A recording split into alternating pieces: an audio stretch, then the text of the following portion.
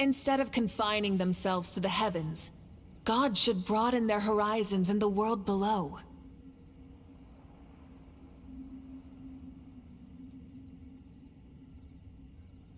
Many insects have a compulsion to follow the light, and humans are the same. Except we call that light hope.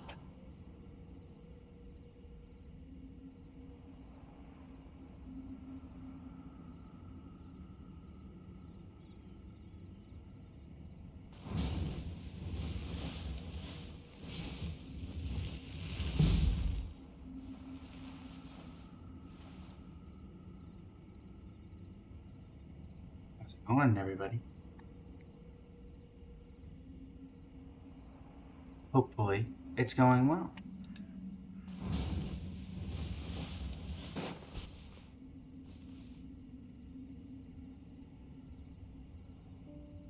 Just finishing setting everything up, and we will be ready to go.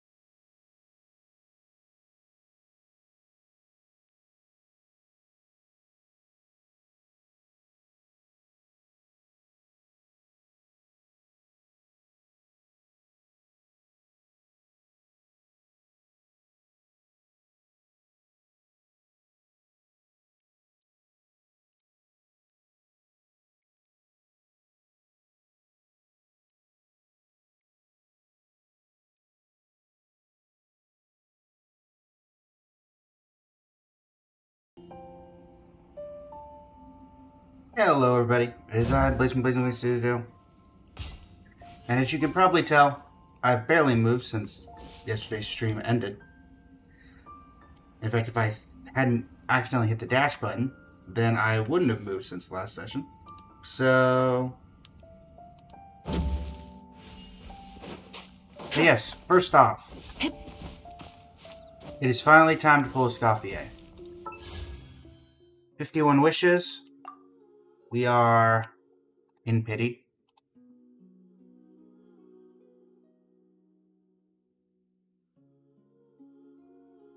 $40 into pity, so it should take 40 wishes, so we'll have 10 left. We'll do that on the weapon banner, but not really expecting anything, considering I'm pretty sure I'm less than 10 into pity there. Okay. 22 into pity, so yeah, not expecting much here. But let's get a Scoffier finally. We'll also take any Aoife cons we pick up along the way. Layla is not Aoife.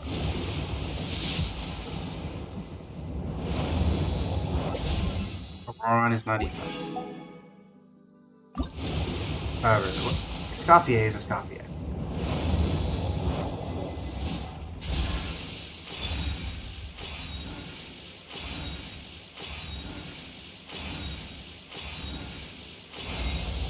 Well met. I am a Scoffier, Patissiere Supreme, and Master of Precision Gastronomy. As an esteemed guest of the Divine, you deserve the finest cuisine Teyvat has to offer. I hope my work is to your satisfaction. If you have an interest in the culinary arts, allow me to introduce you to the wonderful world of haute cuisine. I just hope you're mentally prepared for the undertaking. I don't tolerate a quitter. Hello, Gordon Ramsay. It's good to see you.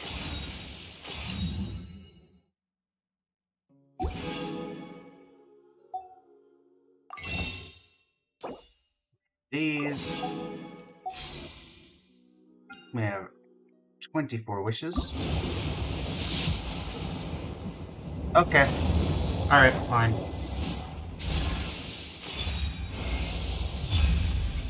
Not even mad. That was way early. Navia, at least she gets her weapon.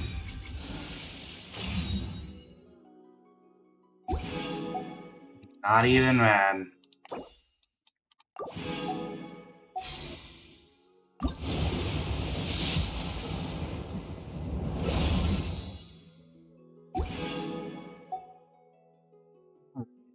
only got 7 solos. 1, 2, 3. Okay. Alright, fine. Sure. You know what? Sure. I can't even. What is this? Sure. Why not? Streamer luck is real. I can't. I just can't.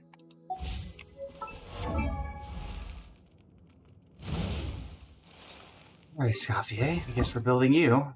And your weapon, which I wasn't really expecting. Let it be known. I showed exactly what was going on. Better to salivate than medicate? That's interesting. I want name. What is this? The secret source automaton overseer device. That is way over here. Okay, good to know.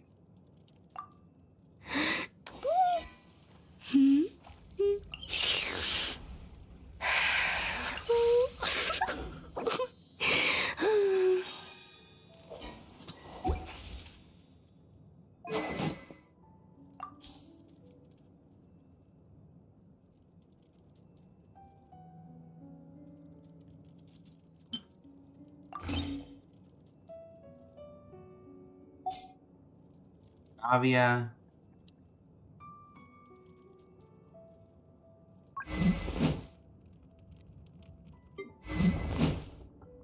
Finally get off of Unforged.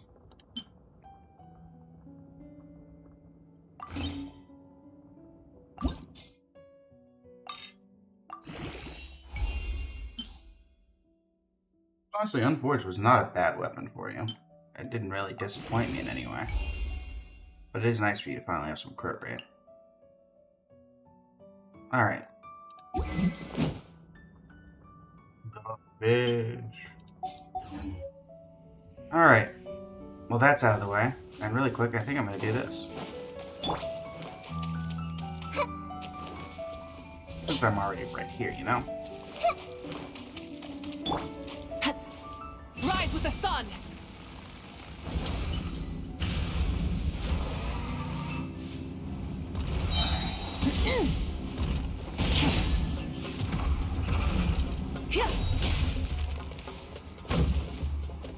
Light it up!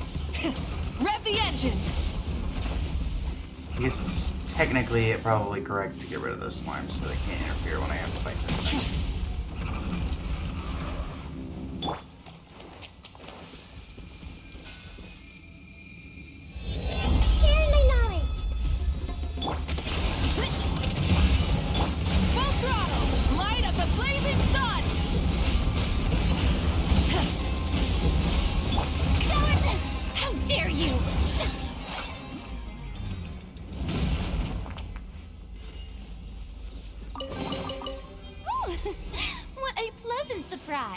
Truly an extra slice of joy.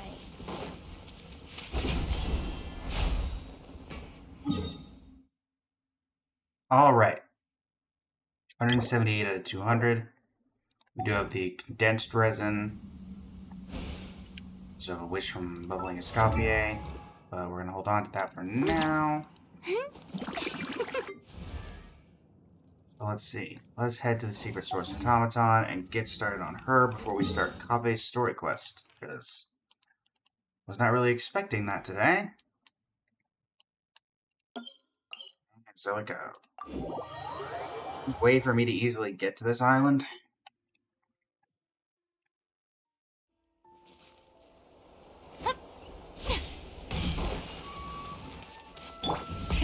Rev the engines!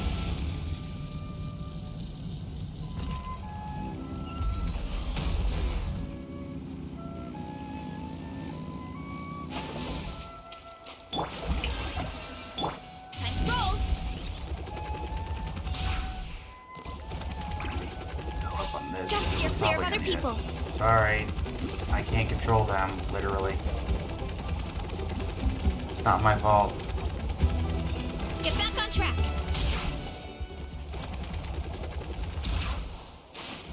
Ah.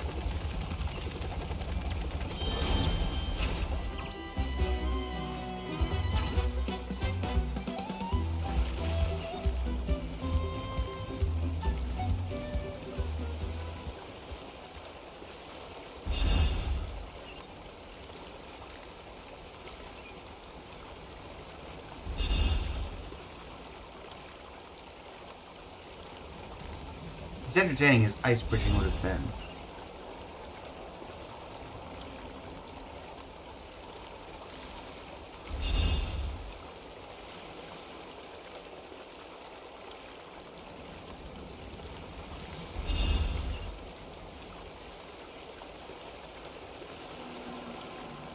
Da da da da da da da da da.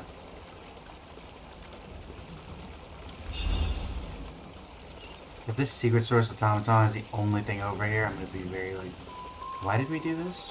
Why did it have to go all the way out here?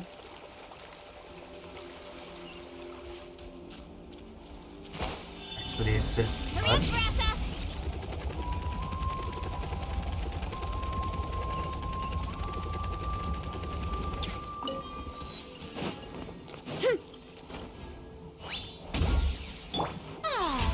The show begins! Let's heal everybody up. It really looks like this is the only thing here.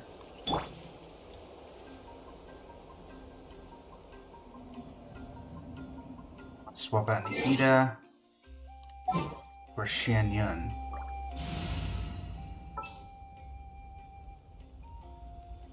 For the sake of getting as much friendship EXP as possible on characters that we need. Should be level 80 or 90, right? You're level 90? Are you, Shenya? Ordered by level, so you should be right around here somewhere. There you are. I trust you have packed ample food stuff. Yeah, Scoffier can make food out of thin air, so...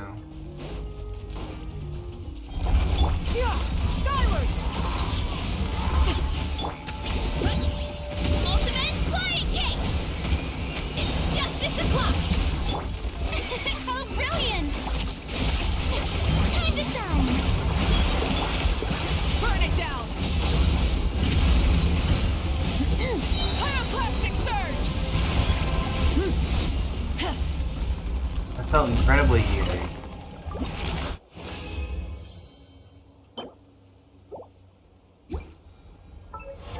Also...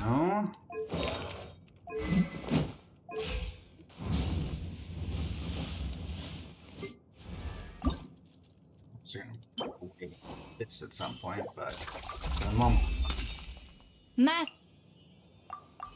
Another thing on the bright side is that most people are probably already done with this, so doing everything else should be easy.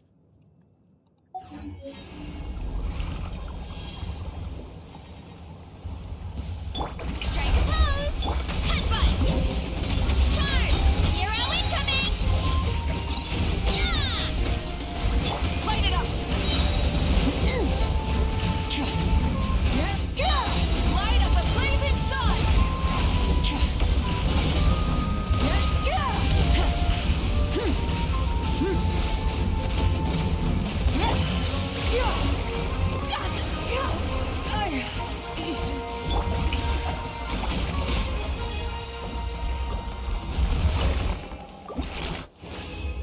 Sorry about that, Shenyan.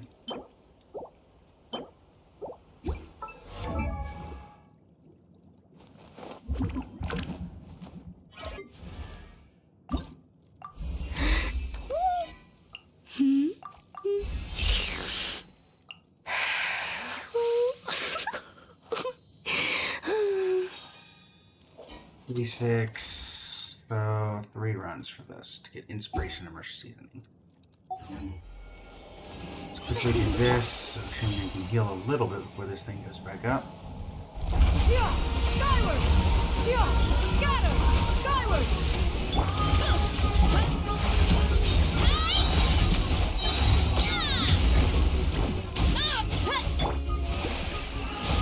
Let my name echo in sound! Burn it down! Pyroclastic surge!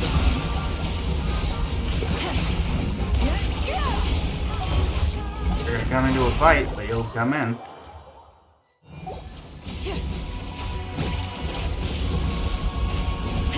Try and stop me! New strategy.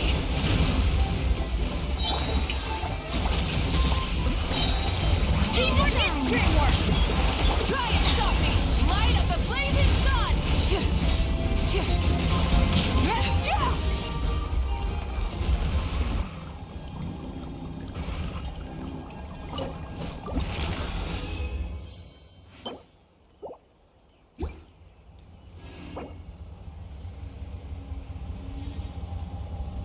Hello. Can I help you?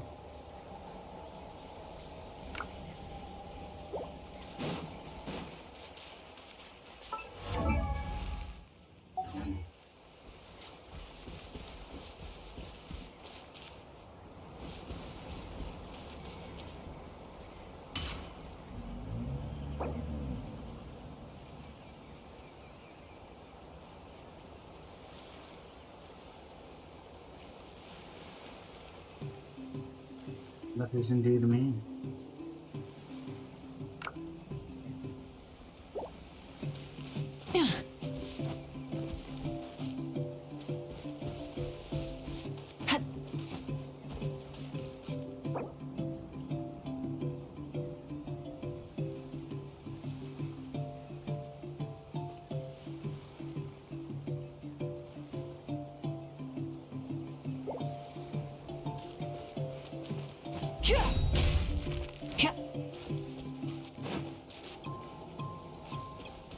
You are in the chat, Chocolate Chip.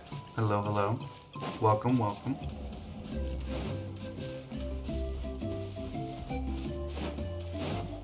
Is there any assistance you need as you have joined my world?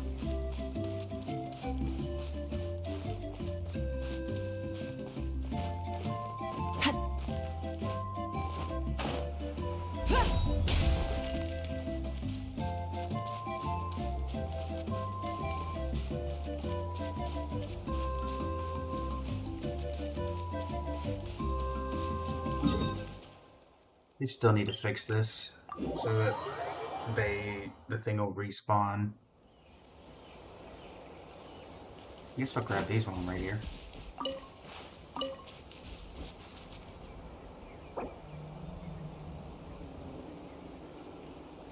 Yeah, she has lightning. I gave it to Sean Wing for the most recent abyss. Instead of confining themselves to the heavens, God should broaden their horizons in the world below.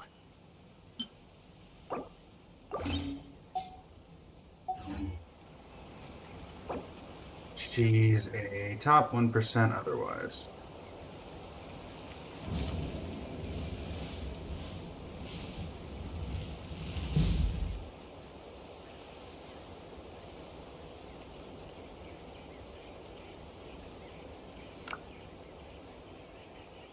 Good luck. I don't think this thing is going to respawn with you here. It's not.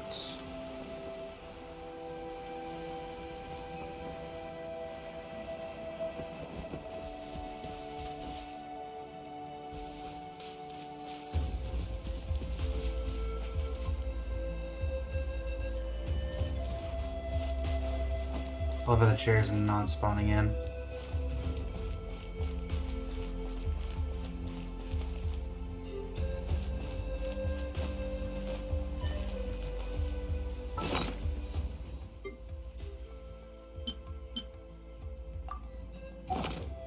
That.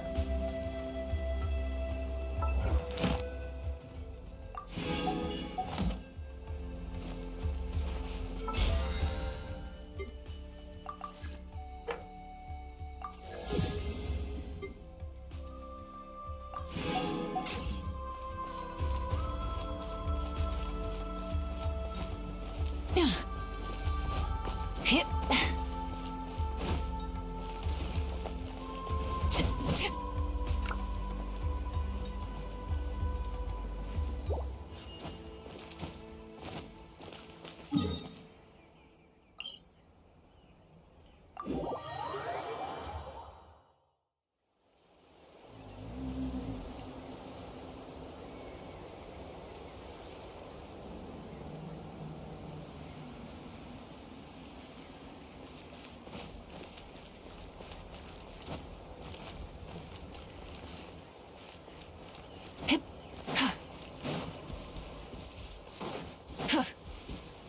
I suppose, since I don't want to just tell this person to leave,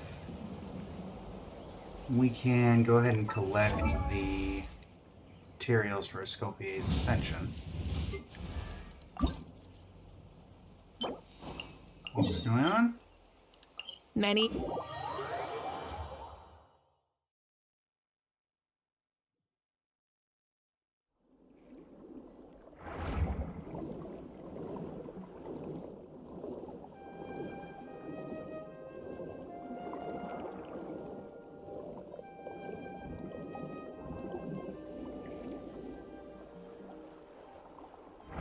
What's in here?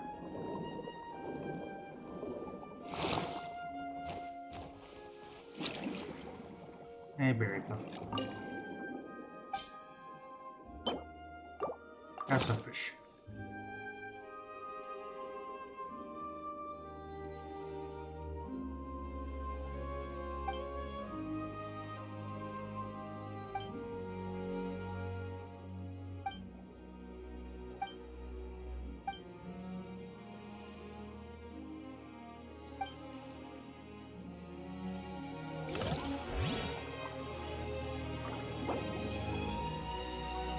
She is very good in the abyss.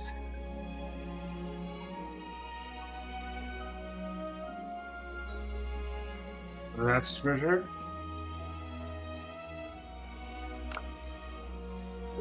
Alright, so let's grab this. This.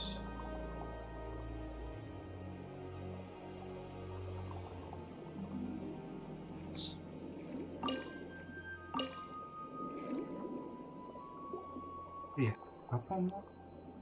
One. Here's another.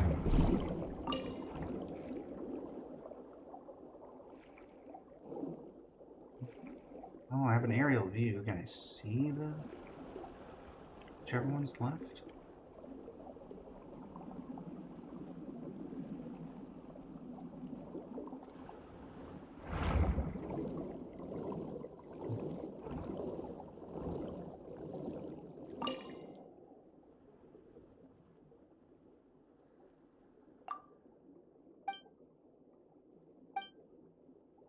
Alright.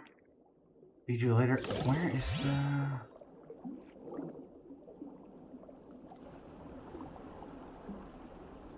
Where is this?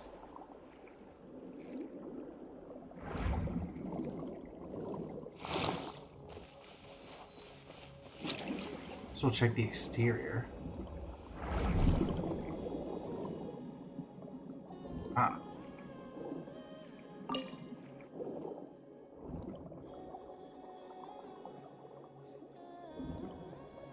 Where are you? I'm missing barrel cooks.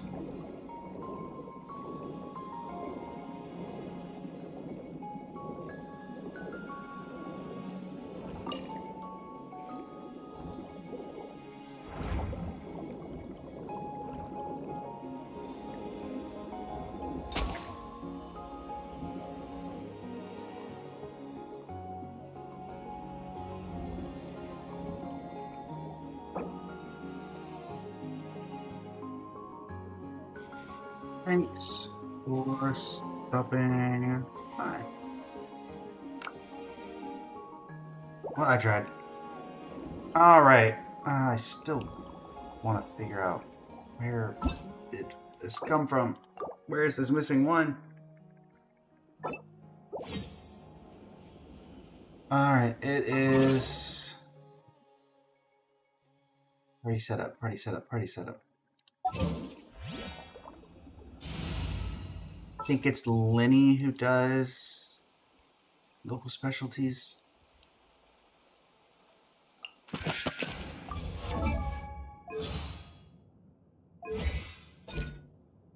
Yes. Cool. Oh, it's an honor.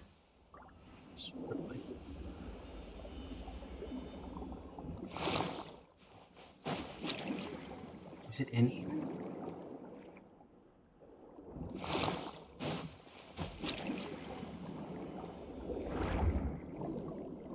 Here?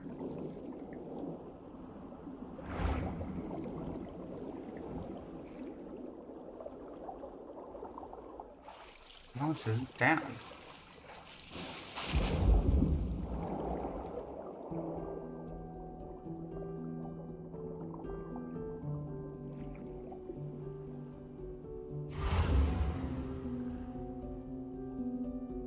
In theory, it should light up.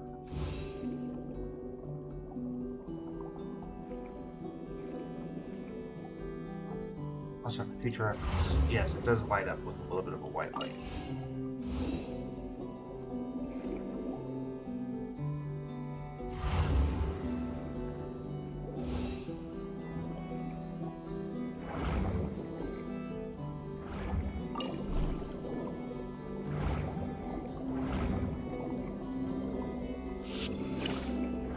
Ah.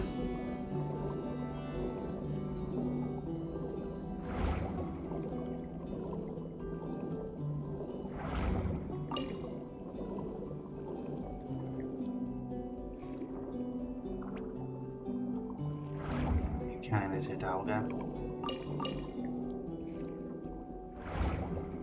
Oh, you're counting these. Should scrap these so they don't interfere with the collection process.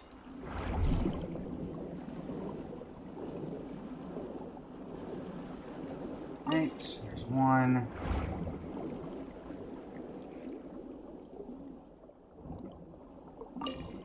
Two. Here.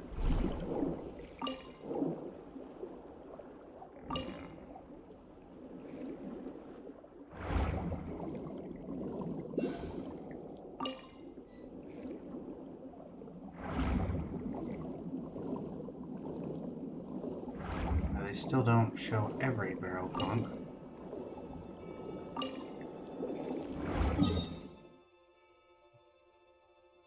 We'll go.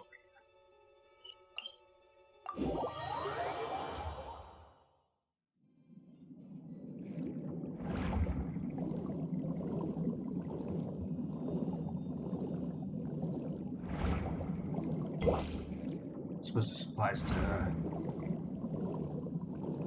Didn't think so. Oh, it might be faster. I can't really tell.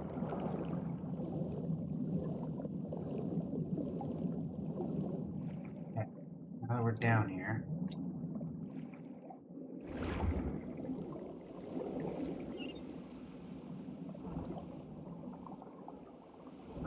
Let me up.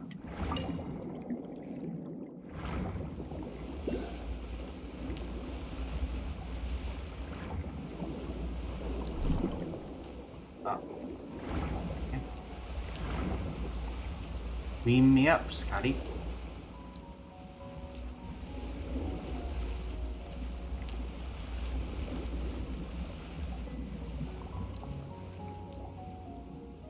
There.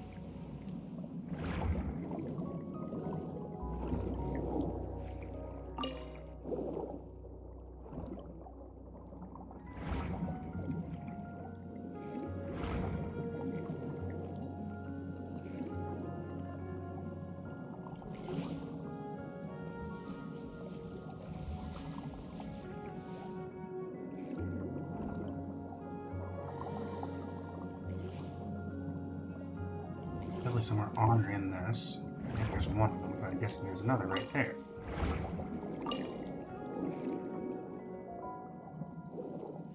Ah, tucked away in the hidden ruins.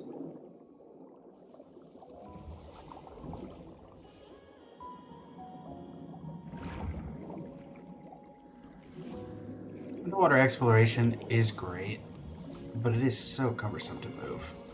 I mean, it's obviously better than the boat, though.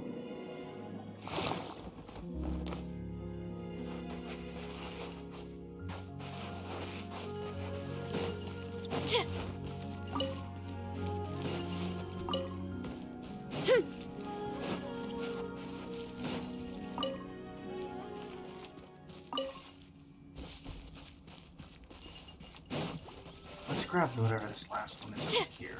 Running late again.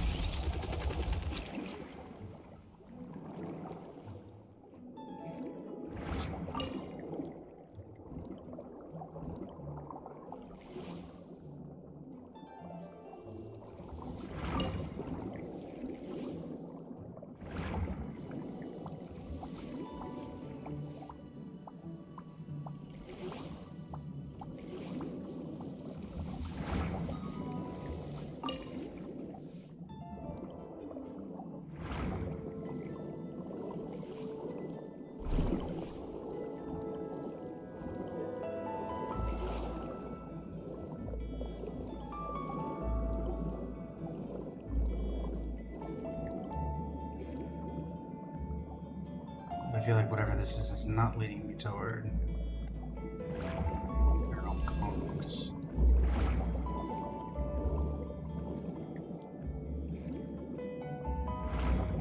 Yeah, this is just maritime flowers.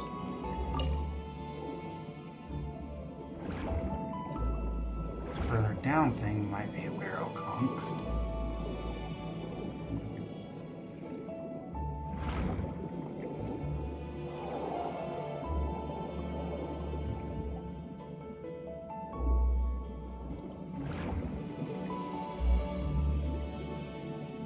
Another maritime flower.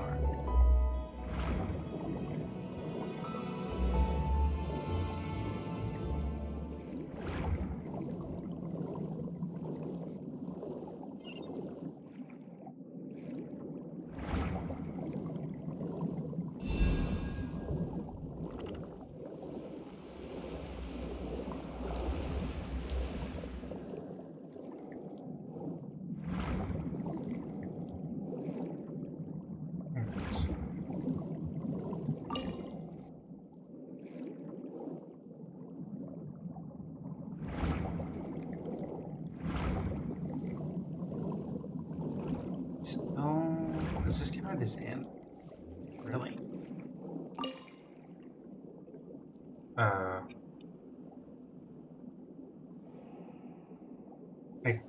definitely grab that, but okay.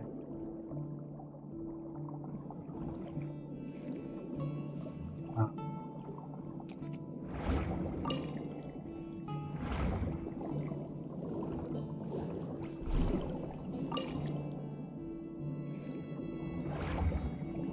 This. There we go. Alright, now we can go into here. This area, not underwater, much easier to navigate.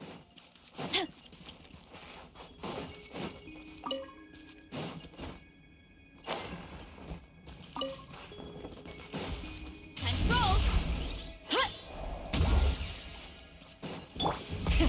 Rev the engines.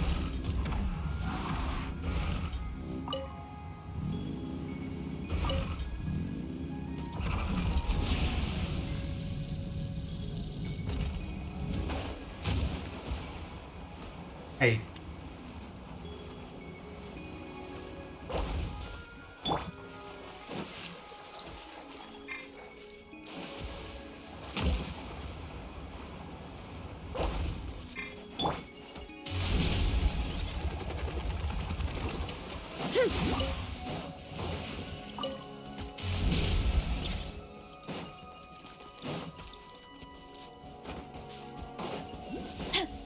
We'll be with you in a moment.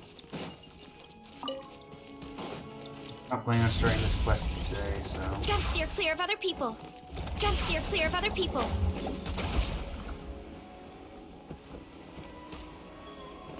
But you're both immune to each other's attacks.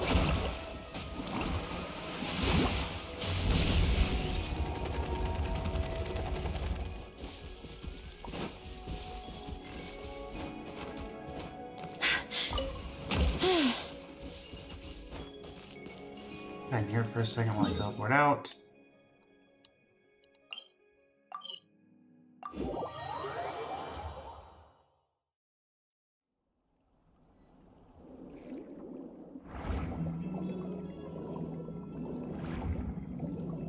The Institute of Natural Philosophy. The Underwater Institute of Natural Philosophy.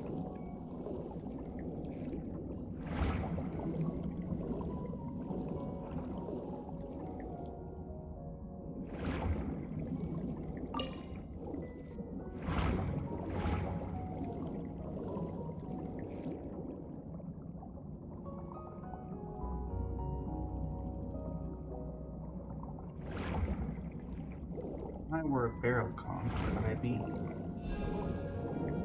Might be here. Here.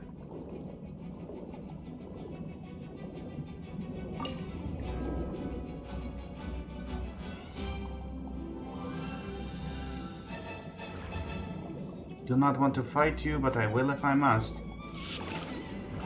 I have the powers of your kind. Do not make me do it.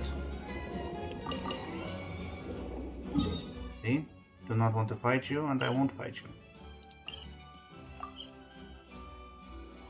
It's my best way in.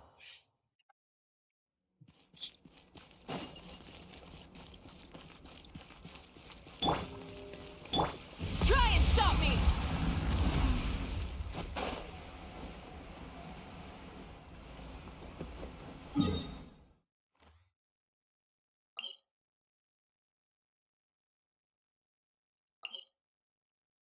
That's probably the best way in.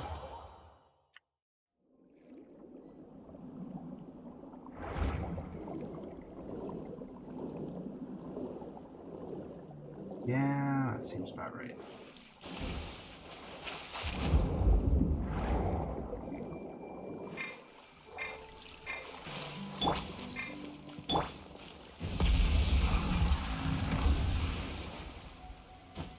Sledge.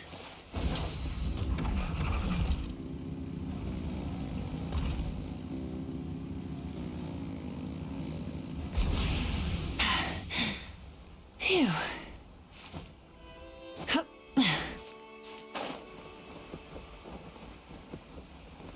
Scaling the... Well, actually, I don't even need to scale. Yeah. Rev the engines!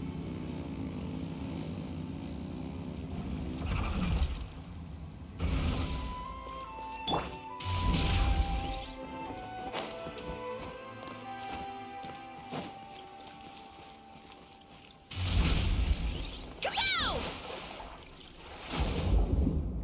Down we go.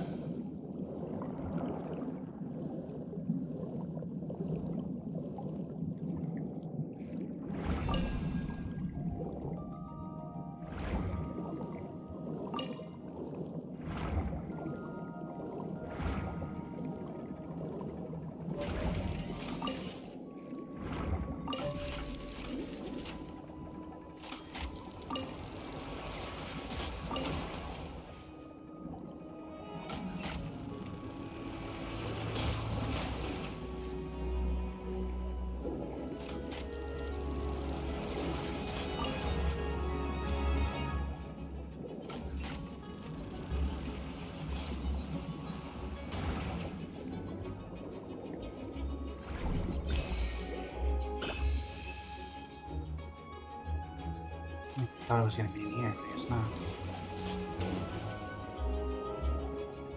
There's one. Is this the one I need? Yes.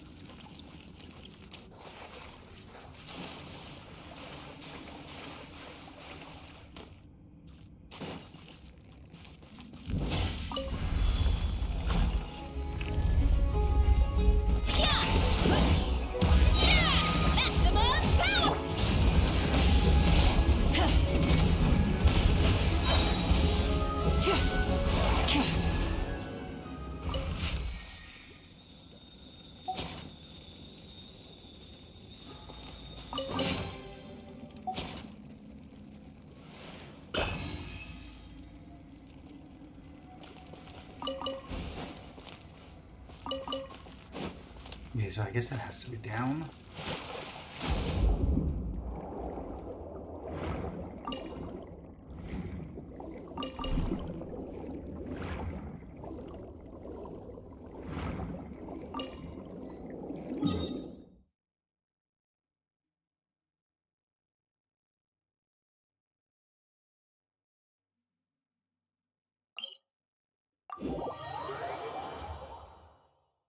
All right.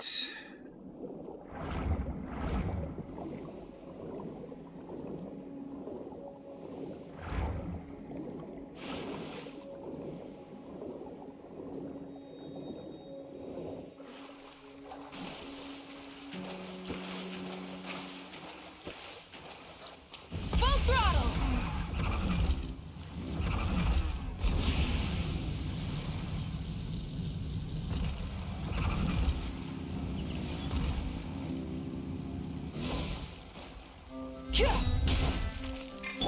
Hurry up, Grassa!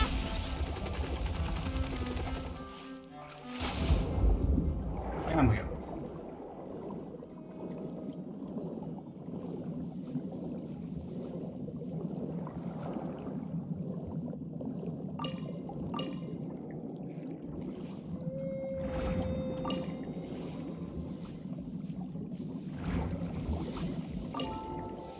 Really? Really? All that for one?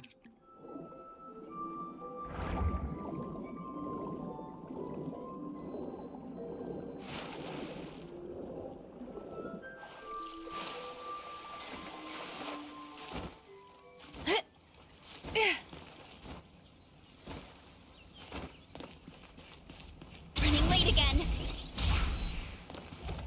Any collection site over here?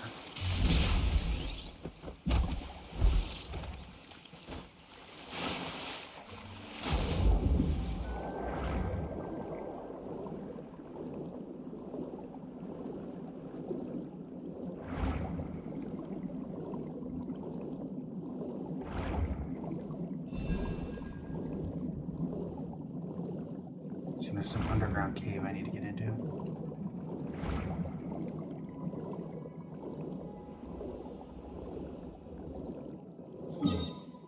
Where is this collection?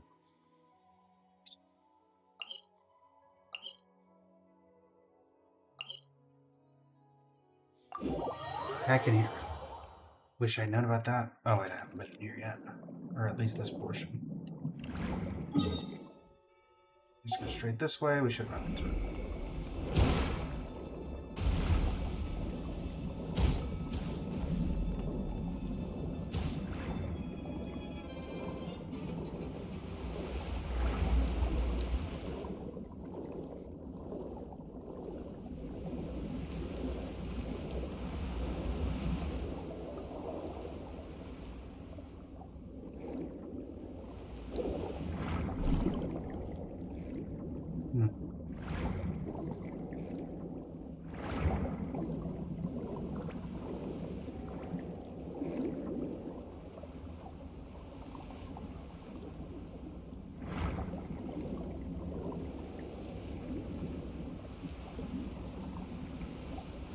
How do I get to that area?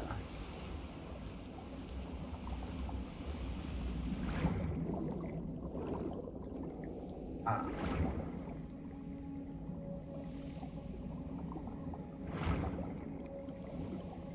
Barrel comb.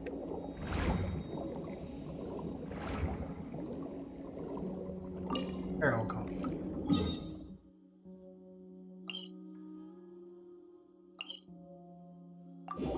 And there's another that I passed right by that it didn't want to tell me about until I was here, I guess.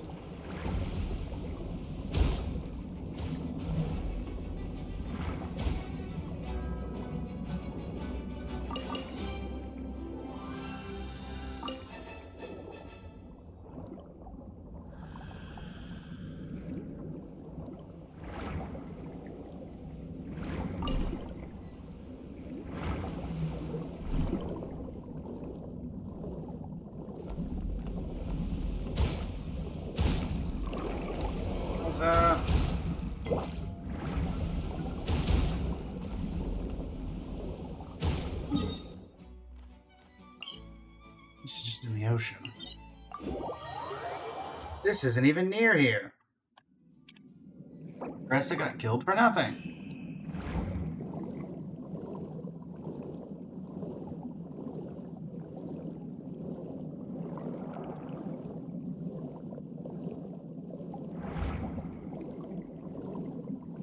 All for probably the only barrel conch here being this.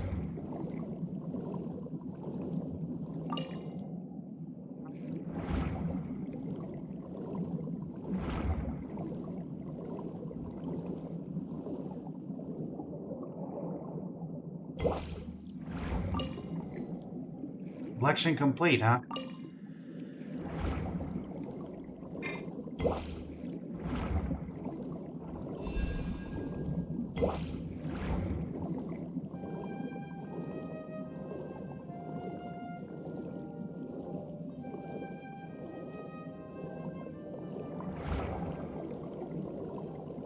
Let's grab this since I'm right here.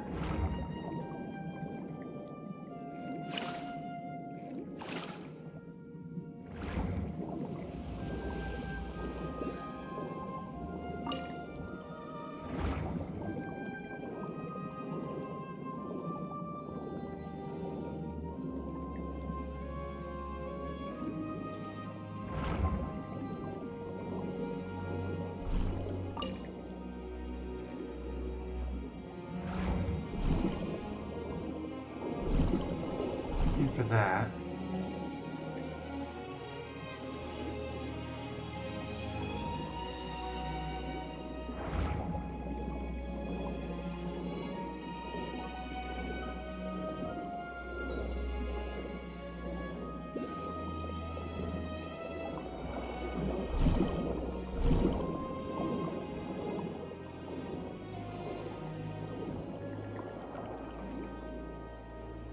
It's down.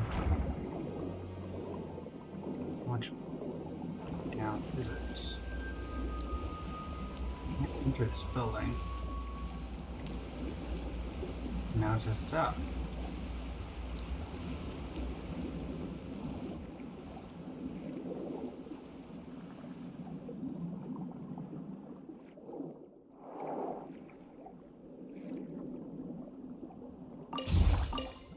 Grab that, but that's fine. Alright. Looks like there's 2 collection areas left. One here, one here.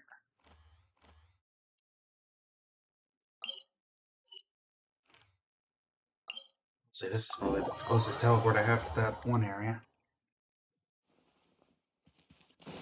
Running late again. Go straight, I'll just go to the back of the opera class and then that'll get me where I need to go.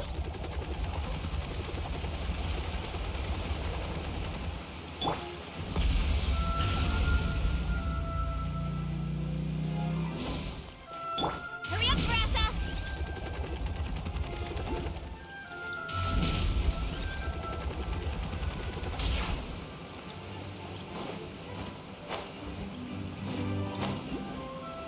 Hurry up, Brassa!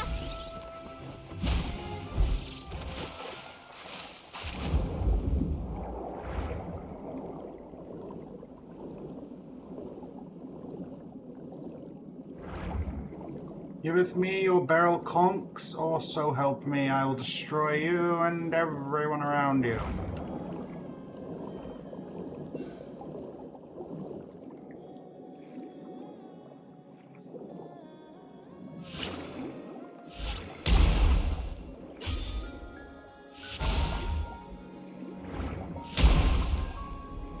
Out of the way.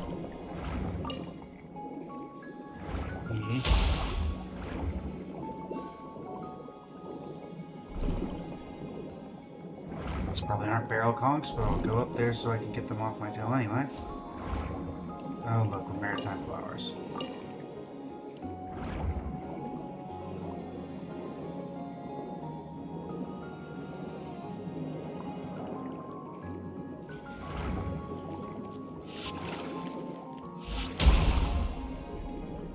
It's not a barrel conch either. Where are my barrel conchs at?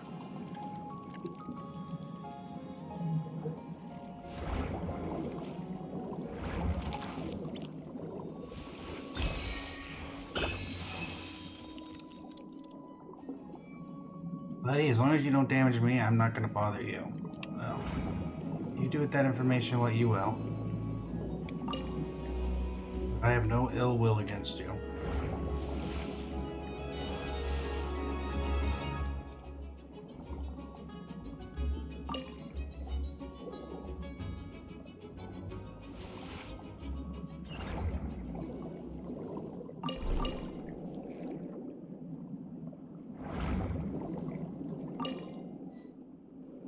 Grab this waypoint since we're right here.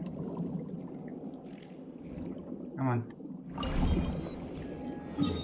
Alright, and then over here we have one. Is that just, that's just in the ocean. Okay, so we'll make our way over there.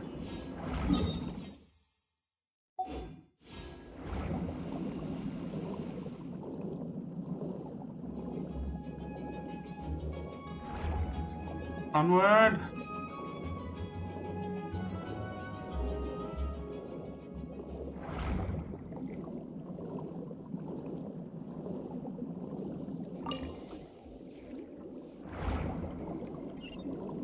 Even with all this collecting, it's going to be not even enough to get her probably 2 levels, if even 2 levels. Finally, nope, there's one over here now. We need to just go over here now. We need to get the one by Fontaine.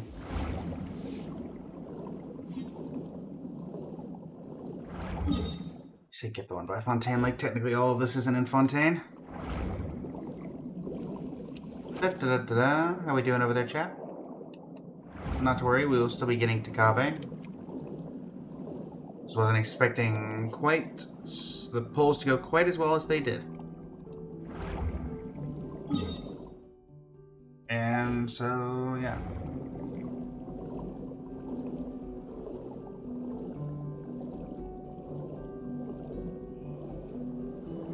Crashed wreckage of a ship.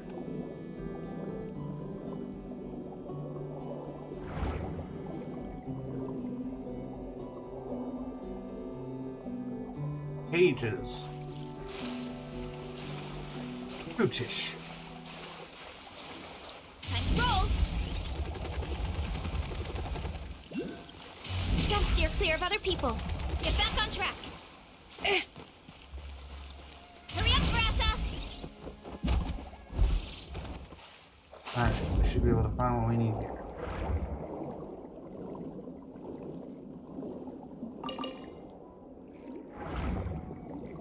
Not in the collection zone, but we're gonna grab this since it's here.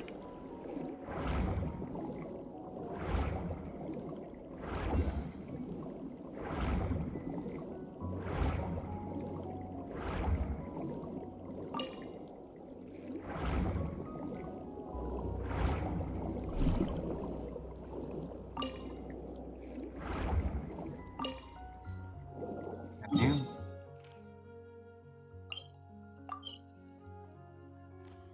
you're telling me there's more in here you did not tell me about when I was just here?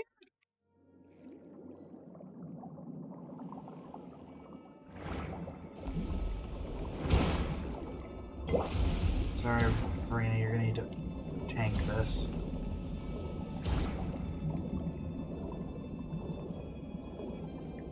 It's in here.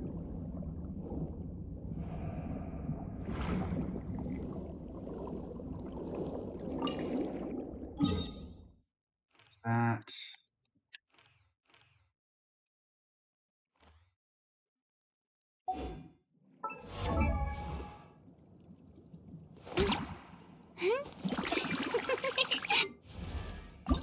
Yeah, 84. Probably still have a little bit we can get left.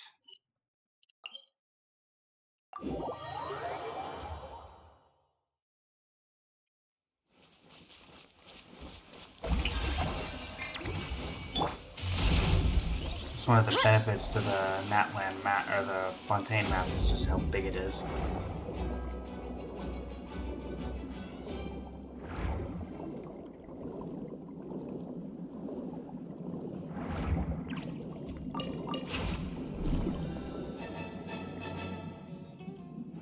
See that my summons continue to cause violence. Don't pick a fight with the giant crab, please.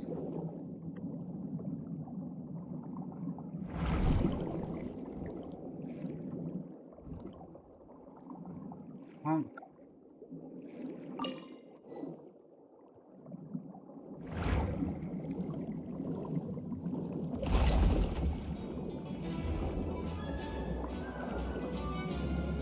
Kinda figures you had to be a big boss.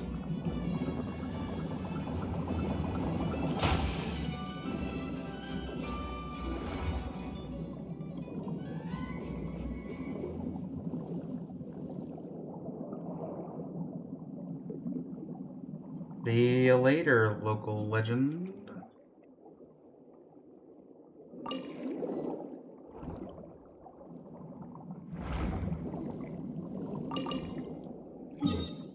Grab these maritime flowers because it makes sense. Makes more sense to than to not.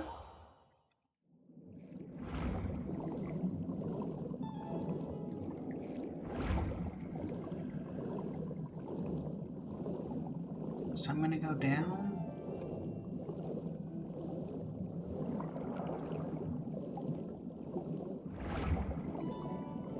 Not usually this high up, but maybe this time.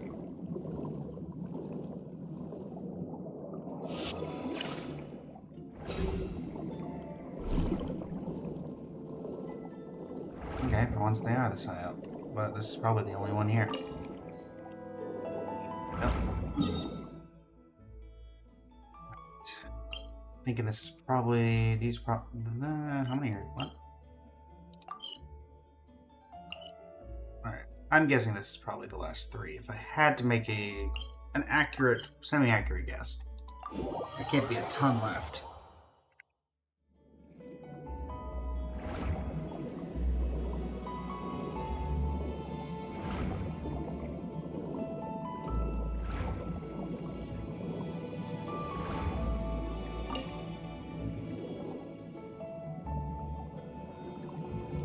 Huh? Still says there's one right on me.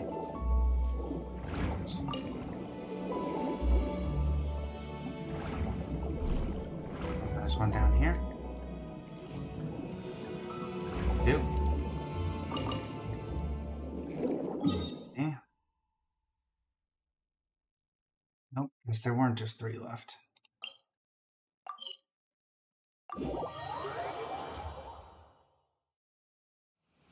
Hello. Try and stop me! Bye.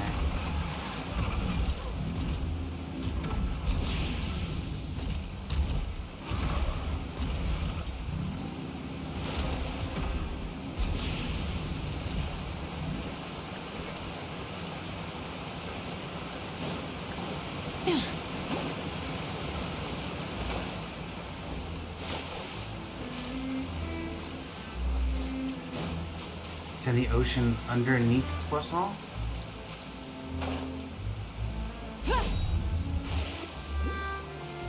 Huh?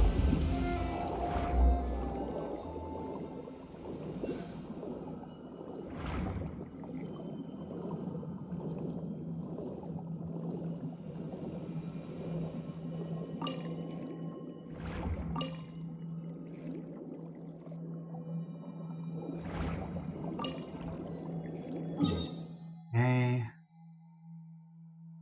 Get over here to get this.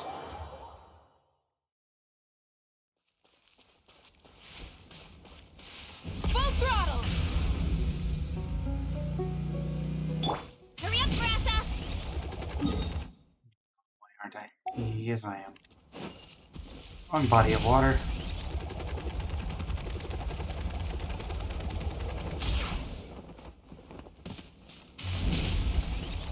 Here I go! Running late again. How do I... what? No water. How am I supposed to get down to this? Time to roll!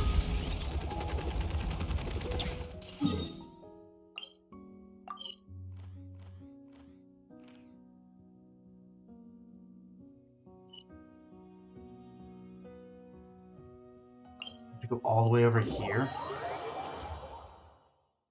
My goodness. Get back on track! Hey there, Melodines.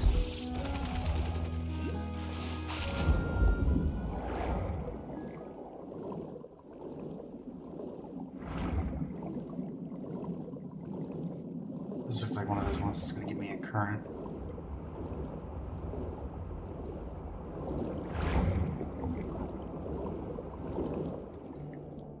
Oh, this is how I get out of here. So how do I get in here?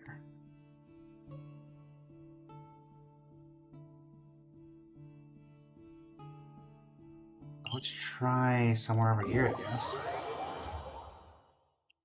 Gotta be some way in here.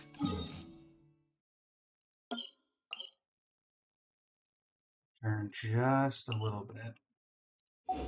Like so, and then Nice roll. in. Heads up!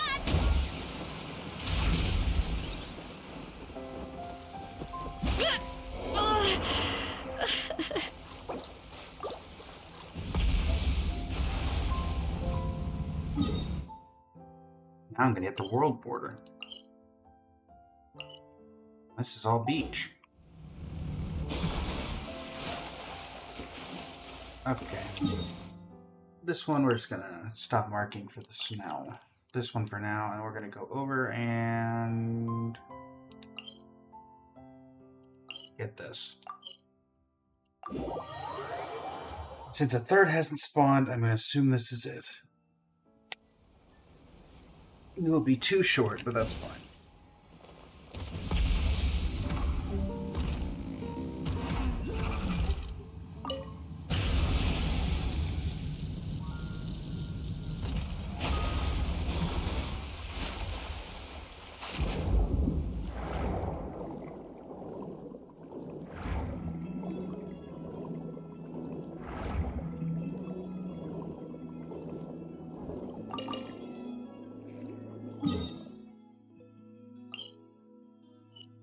Okay. There's more if we need it. For the moment, we're fine. Let us go ahead and continue doing the harder part, well actually probably the easier part, heading over to Natlan and getting this boss.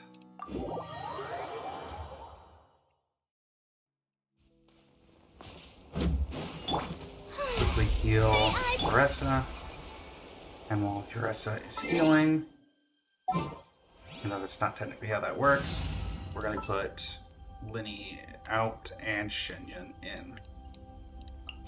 I trust you have packed ample. Yes. Foodstuffs are quite ample. Yeah! Scatter! Skyward! Skyward! Yeah! Make way to Shower me with praise! Let my name echo in song!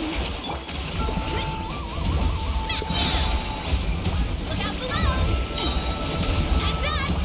Look out below! You bow! Just 6 o'clock! Headbutt!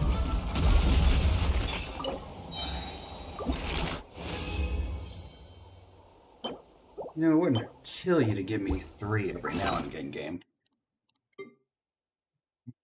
Let's see here. Go ahead and pop. Oh no, we used the fragile, that's right.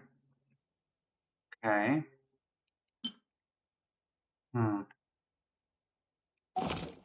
That means that was our last run then. But that should still be enough. Not, it'll be close. Not quite enough. We need 2 more. Alright.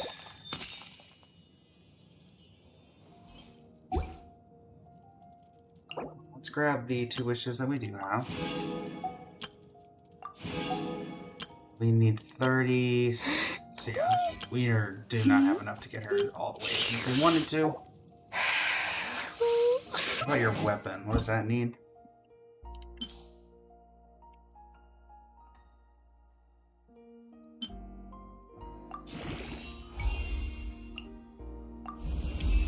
Thankfully I had some of that.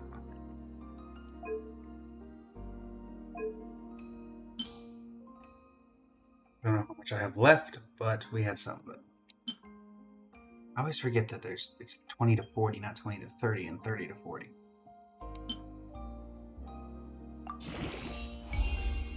I'm guessing for some reason I have this material and I could not tell you why.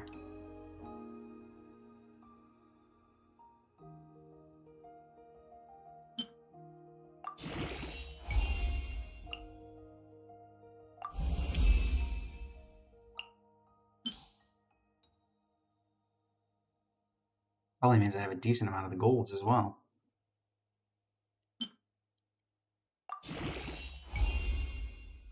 What do I have?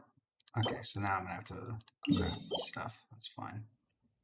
Not going there, because I don't want to accidentally trigger that quest. Mondstadt. Mondstadt, oh Mondstadt.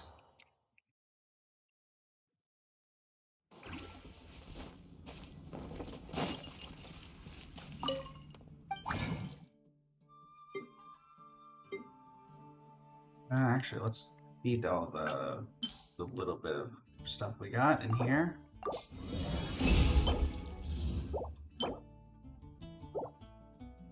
Not that I was really expecting anything of any real value.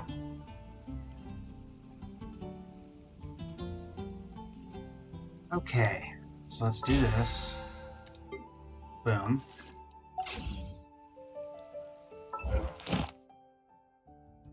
Got our commission rewards. There's a lot that goes into managing an orchard. Watering. Nice, do you mind if I borrow the French? Thank you. Filter by character. Escoffier. This, so it's, I mean, honestly, it's fine. And we got 6 back. Thanks, Mona. I appreciate you, Mona. Cryo. Escoffier. Weapon.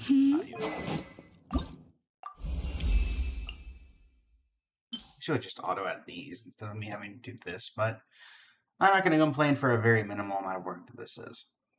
Though I do feel like it could be a system optimization at some point down the line to prioritize material over weapon. Okay. Thank you, Raiden, as well, for having your talent effective a bit of a refund for this.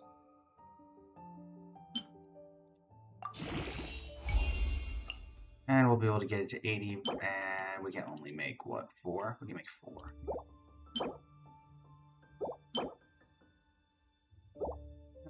For the moment, we'll figure out what we're doing with that.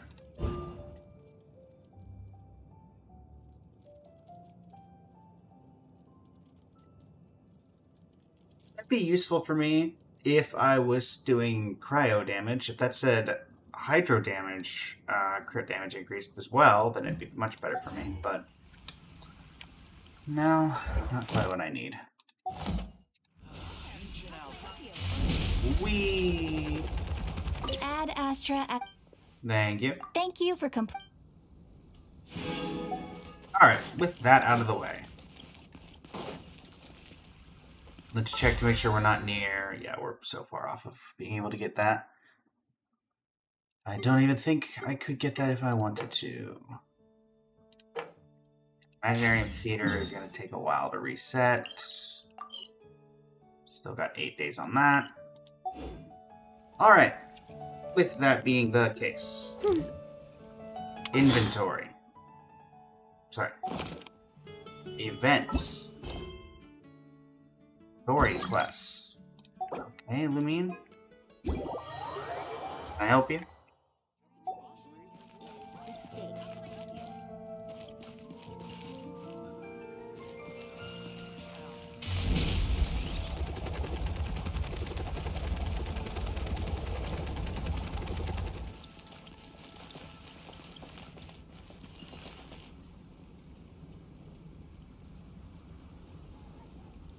Oh, It's been getting quite busy recently. can I help you? Haven't you heard? There's a strange rock. Hurry up, Brassa!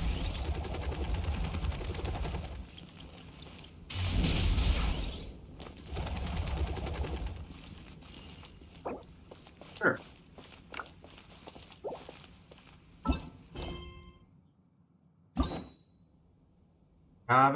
Cave! Just time. Well, we've got it unlocked, so as soon as this person's finished, we'll go ahead and do that. Many insects have a compulsion.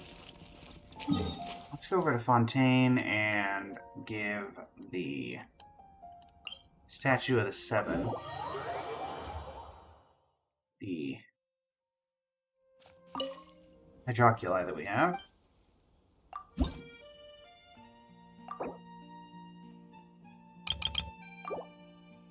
Right. And then I don't think I have any way of having enough for this, but let's go to the Fountain of Scene and see if we have enough to level that up.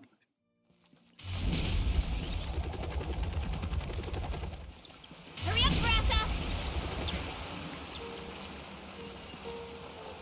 Can you not access the Fountain of Lucine in co-op? Something new every day.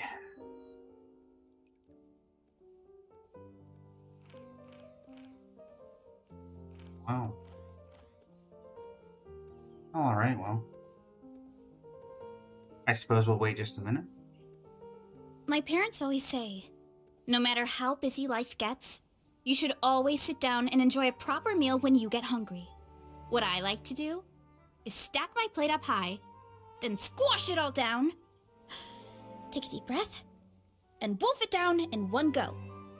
That way, I get to eat my fill without wasting too much time.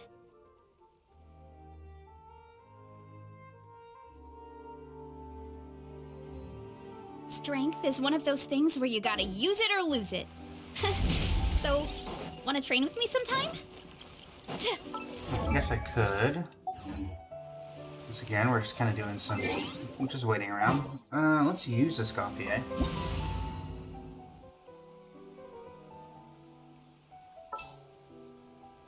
Get out here. Huh?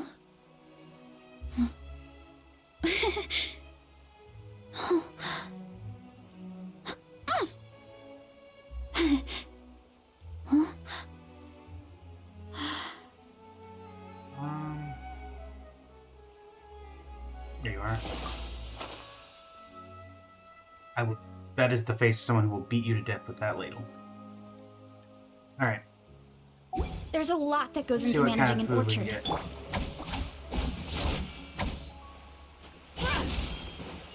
An inspired melange. Yeah! Oof!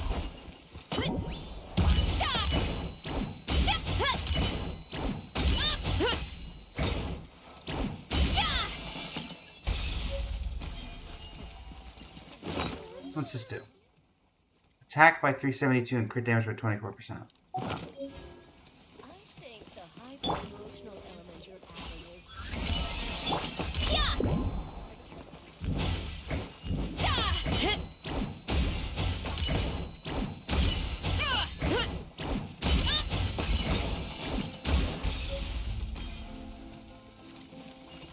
We've kissed Sam's. No recipe, no problem. Oof! Headbutt! Yeah!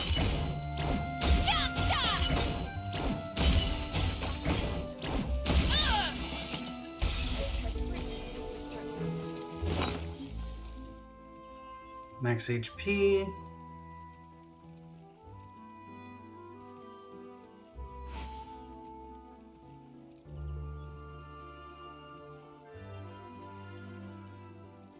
Love the Hydra symbol in the cake itself. Kavehpocalypse. Bon appetit!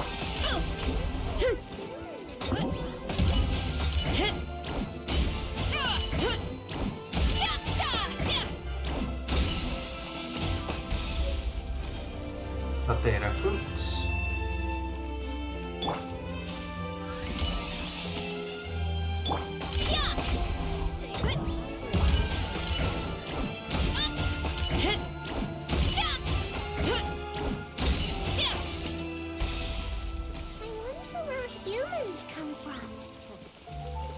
Question. No recipe, no problem. What do you actually have to talk about? I can also do this. I'm assuming priority... Oh, priority skill. Okay. That works too.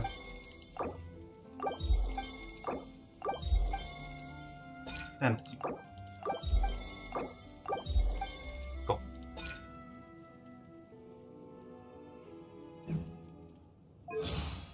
What do you have to talk about?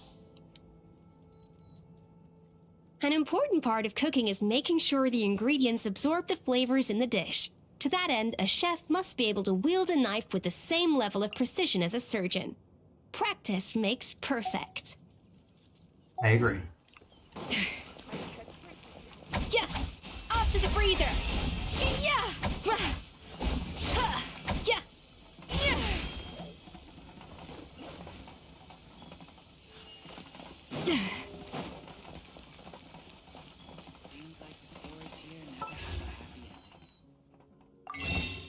Aren't you just a pessimist?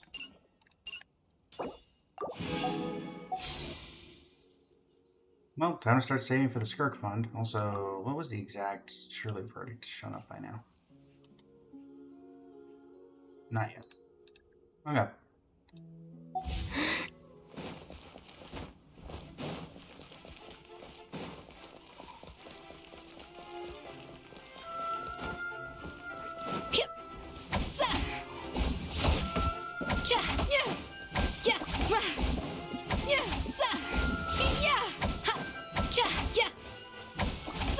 Apologies to those watching and waiting for the Kaveh event.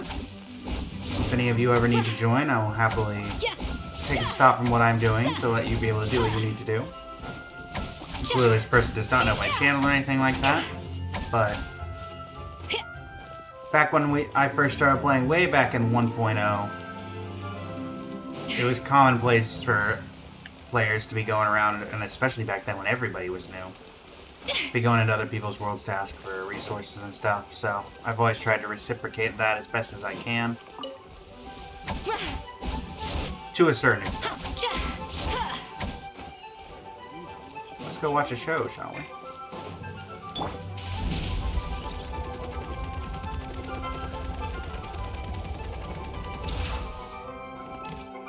Hurry up, Grassa!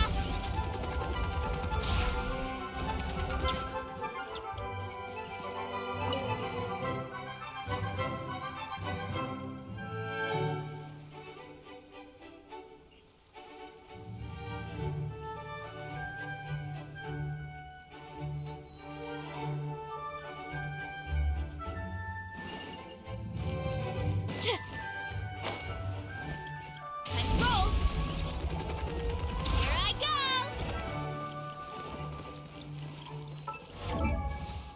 What is Escoffier's preferred method of... Where are you? Oh, right, you're already up. What is your preferred artifact set? Strength is one of those Probably things don't where have- you gotta oh, it's use golden it or troop? lose it. I mean, it's probably So, more than Golden Troop. Wanna but train with me sometime? It's Golden Troop, I got plenty of that.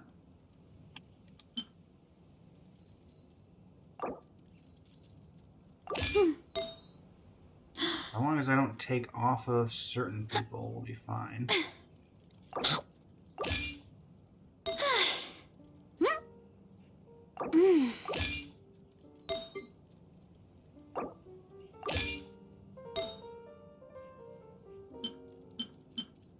And we can take off the set filter. We just need a cryo damage bonus. That'll work.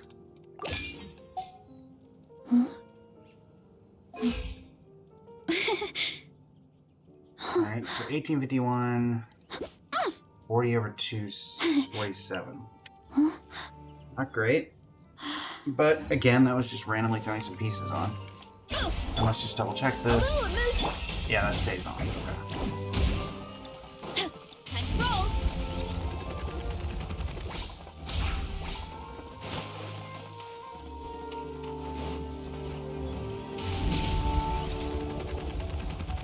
Gotta steer clear of other people.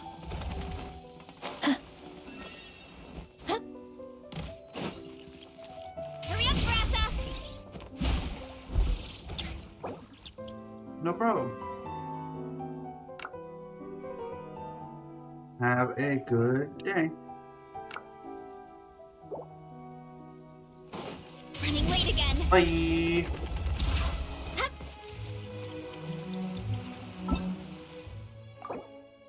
I'd make a joke about how Lumine left my world, but since I play as Lumine as my traveler, the joke wouldn't quite get across as if I was playing as Ether.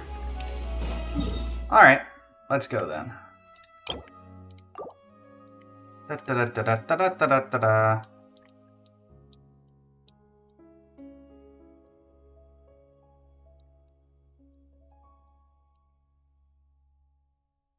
Let's think here. Kaveh, that was it. Now that that's the person has gotten what they needed, we can start on Kaveh. The Pendulum of Weal and Woe. Kavehpocalypse. Let us go. Walk around Sumeru City. To Sumeru! Oh, are you posting a commission at the Adventurers Guild? Okay, Kaveh. I've taken a look at your proposal. It's much better than the ones you showed me before, but I'd still like to make some changes. Oh, come on, not again. Isn't this the 6th proposal I've shown you? What's your issue this time? It's a bit hard to put into words, but the design still doesn't look quite right to me. I have to say, that's a terribly vague and unconvincing explanation. Please enlighten me. What would feel more right to you? For starters, don't you think this roof is jutting out a bit too far from the top? It looks almost like the head of a fungus. This door, too. I don't think it needs to be nearly this large. If you could reduce it to around my height, you could use the leftover materials to construct a few more rooms. Roof and the door are the most fundamental parts of a building. If we were to change them, then what would be left of the design?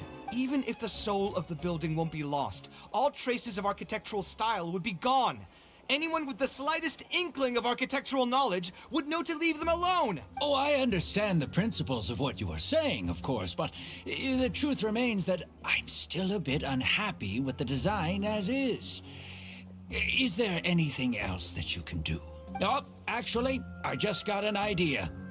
Can we get rid of all the extraneous sections on the roof, so the whole design will just be one vertical structure, similar to that of a tree trunk? Kaveh's about to lose it. What? Don't architects often say that symmetry makes everything more balanced and pleasing to the eye? This way, the proportions will be completely balanced. I really don't know how you managed to come up with such a ridiculous idea. Wait, don't tell me. Someone hired you specifically to commission me and put me through the ringer? Come to think of it, though, I really don't think I've gotten on anyone's bad side recently. Anyway, that's it. I will not be working on this commission anymore. Goodbye.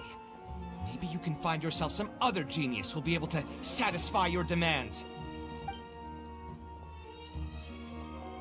Hey, young man, please wait! Oh.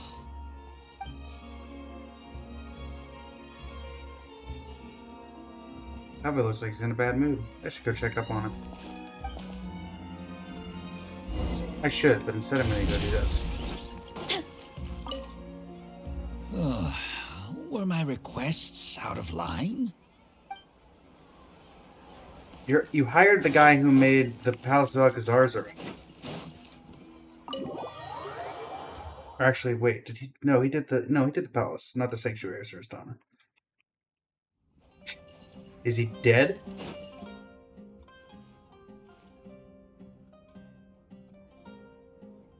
Taking this commission was truly the worst decision ever. You good there, bud? Oh, hey. I wasn't expecting to run into you here. Actually, while we're on that, what are you doing here at the tavern? Don't listen to anyone who says that drinking is an elegant pastime. It's no good for your health. Saw you were arguing with someone just now. So you saw all that, did you? Ugh, I thought I was in the clear. I made sure to double check that nobody I knew was around. Anyway, thanks for looking out for me. Honestly, it wasn't that big of a deal. I'm used to it by now. Stress is just an inescapable part of being a working adult. Boss, I'll have a glass of wine. Same as last time. Do you want something too? I'll put it on my tab. Wine in a glass of juice, coming right up. I know you're already keeping a secret from me, but if you could add this one to the list as well, I'd really appreciate it. Arguing with a client is not a good look for me. If word gets out, other potential clients might be afraid to work with me. That guy, though, what was he even going on about? All those ridiculous demands of his? He's just a blabbering fool trying to act like a know-it-all. He seems a lot more honest after he's had some wine. Another glass, please, boss. I'm not leaving today till someone has to carry me out. You've got it, sir. I gotta say, though, it almost feels like you're saying that every other day now. It really is every other day that you'd run into a client who knows nothing about construction requirements or architectural style. If this was in the past, I'd never have gone through 6 whole drafts trying to accommodate the client's preferences. But perhaps getting used to this just means that I've grown numb to it. I've worked on so many projects since graduation, and none of them have been approved at the first pass. I would spend a lot of time altering my designs, and by the time the clients were finally satisfied, sadly in the all middle my of passion something. and enthusiasm would be gone. It feels like I'm straying further and further from my artistic vision with every change I have to make. I suppose, though, that just sticking to your guns and completely disregarding other people's feedback would also not be a good thing. All of this makes for a real paradox, one that particularly crops up in my work, too. In the end, what is the true meaning of art? Should I see it as a divine gift of inspiration from the gods, or an expression of the light of my own wisdom? Here's your drink. How are you already spouting nonsense after just one glass? Your tolerance is usually much better than that. Boss, what do you think is the meaning of art? The meaning of art? Really, my friend, who in Sumeru understands art better than you? Anyway, I don't know about art, but I do know that I'm interested in business, and some patrons are waiting to be served. So, you'll have to excuse me for now. Just holler if you need anything. What do you think, traveler?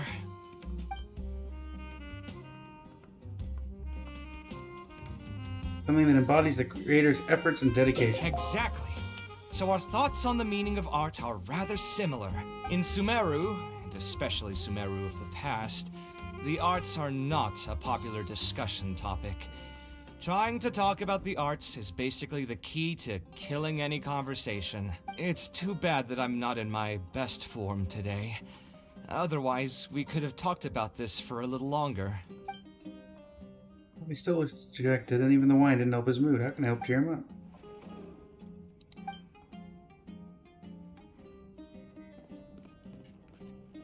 I'll help you convince the client. Thanks for offering, but you've seen how he is. He's not going to listen to anything I say. He understands nothing about my design, and all the suggestions he made were as if he just wanted to mock me. If you can convince even him to see your point of view. You mean, if I managed to get him to see things my way, then this project would also gain recognition from many people? You've got a point. Let's hear him out one more time, then. Time to get going. I know where we'd be able to find the guy. There's no time to waste. The wine can wait until another time. I'll go take care of the bill. Somehow I doubt that.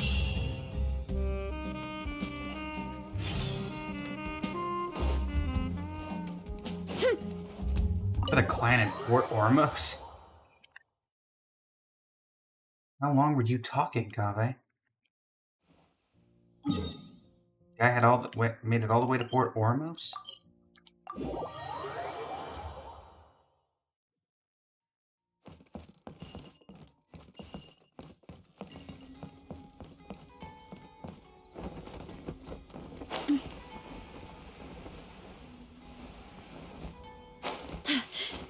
Nearly missed that. Running late again. Whee! Hello, sir. Kaveh, what are you doing here? I've changed my mind. I was overreacting earlier. Can we try discussing the project some more? My apologies as well. Now that I think about it, some of my requests were indeed a bit unreasonable. If I choose you to create the design for my project, I should have a bit more faith in your vision. Thank you for understanding. Mutual trust is the basis for good communication.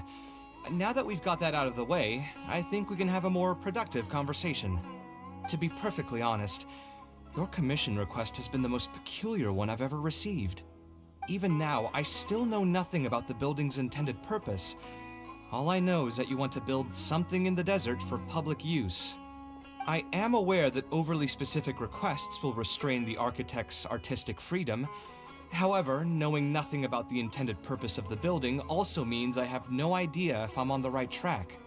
I've produced several draft proposals for you to choose from, and you've rejected every single one. If we don't get on the same page, it could be a decade before we can finally break ground on this project. Yes, I've given this some thought already. I think we can go with the general direction of the latest proposal that you just showed me. It's just... Just what? Putting the building design aside, can we get some less expensive materials for the floor tiles? Yeah, I know someone in the business, and the red bricks he sells can go for pretty cheap. The timber here as well. We should be able to find some substitutes. Please give me a moment. My head's starting to hurt again. Just please hold on for a second. So, let me get this straight. You want to reduce the cost of the project, right? But if we implement your suggestions, then I'm afraid we have to scrap the entire design. Architectural design cannot be neatly split into discrete parts. Any change to one part of the design will affect the quality of the whole thing. I decided to utilize high-end timber for this section because the weight-bearing structure requires the supporting materials to be durable and strong. Same with the tiles. Switch them out and the entire mural will have to be redesigned. More importantly, if we make such a change, both its practical functionality and aesthetic value will take a great hit. If all you need is a building with a roof that can keep people dry in the rain, you shouldn't have commissioned me. Many architects would be able to build you one of those while charging far less in commission fees. Actually, Please tell me, are you absolutely sure that there's no room for any changes in this draft of the design? I think the most important thing for me is to understand what you would actually like to get. If you could tell me more about your vision, I might be able to work with the design some more. You are the client, after all. You should have the final say on how the project turns out. I want to build something unique. Something quiet and warm inside. A refuge that can block out the world outside. I want all who enter this building to be able to temporarily forget everything that's going on outside of the building and just focus on their task at hand. That's a bit more information than last time, but it's still extremely vague. To put it another way, every rich person who wants to build a mansion for themselves would request something like this. We've gone through many proposals, and this draft is already the cheapest one. Cutting costs by substituting building materials will not only detract from the overall effect of the building, it also won't save you much more in the grand scheme of things. Thank you for giving it so much thought. Please, give me some more time to mull over the budget. I'll get back to you once I've figured out a solution. I still have a few business meetings that I must attend, so I'm afraid I'll have to leave for now. You can just leave the proposal as is. I'll get in touch once I've given it some more thought.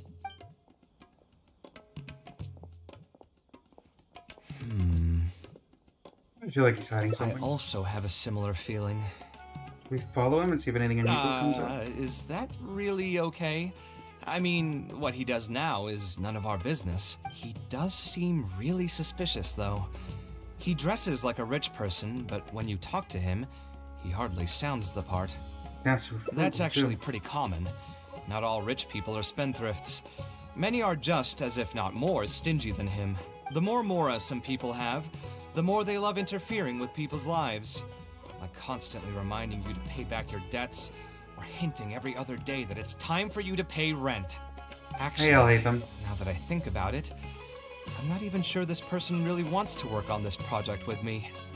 Putting his vague requests aside, he's still finding excuses to procrastinate even when we've decided on a plan. Who knows how long construction will take if he keeps delaying things like this? We should find him again and get some clearer answers. The sooner we can break ground on this, the better.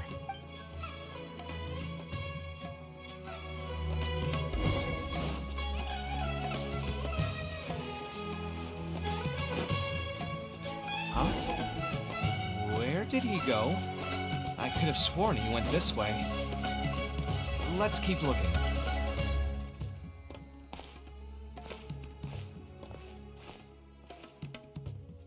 Oh, hey, look! Isn't that Badawi? It sure looks like him, but he's dressed completely different now. What is he up to? Didn't I tell you before? I'm not looking for more workers. Plus, aren't you a bit old for physical labor? If something happens to you, I won't be able to pay for it. Oh, you won't have to worry about that. I grew up as an eremite mercenary and worked in the desert my entire life. My body's still in great shape. I don't have many talents, but I still have my muscle.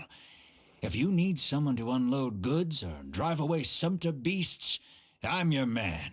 You used to be an eremite mercenary? I know there are a lot of bad apples in our ranks, but most are just trying to make a living. We're not that greedy by nature, and we'll do our best when given a job. Let me think. I'm sorry, but I still can't take you in. I don't have any open positions right now, and don't have the Mora for anything more. How about this? Why don't you try your luck somewhere else? Okay. He used to be a member of the Eremites? Huh. From the way he was dressed, I would have thought he was a merchant from the rainforest. He's broke. Let's ask him about it.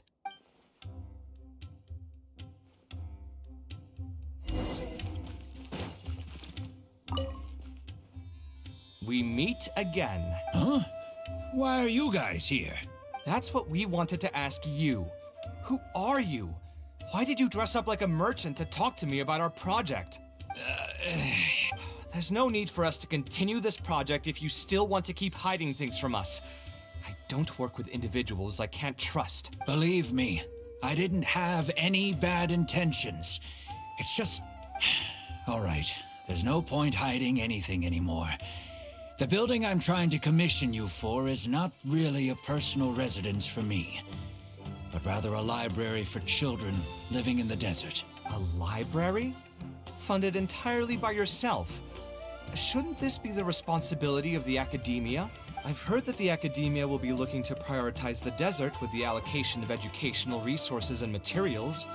It sent over a large shipment of regular goods just last month. You're right, and I was aware of these happenings as well. I just figured what I want to do is a separate effort from what's already being done by the academia. The desert is too vast. Even if the academia spends a lot of effort trying to disseminate knowledge in those parts, it might still take decades, if not centuries, to reduce the educational gap that already exists between the two regions. And what's more, I don't know if the academia would ever reverse its stance in the future. All I know is that as a desert dweller, we should not wait passively for good things to happen to us. If we only did that, we'd never be able to stand up and hold our heads high. I don't have much longer left on this world, so I just want to use whatever time I have to contribute something to my homeland. Why didn't you just tell us that from the start? I didn't want you to know that I came from the desert. I've lived in the desert my entire life, and there wasn't anyone here that I could trust. I figured I needed as much safety as I could get. To the point that you even disguised your identity? That's certainly taking playing it safe to the next level. Hold on. Don't tell me you've also been scammed before. When I first came to Sumeru City, I brought a lot of Mora, hoping to find an architect that I could work with. Someone agreed to take on the project, and even took a sum of Mora from me, but then disappeared without a trace. After that, I heard that there are a lot of untrustworthy people in this business.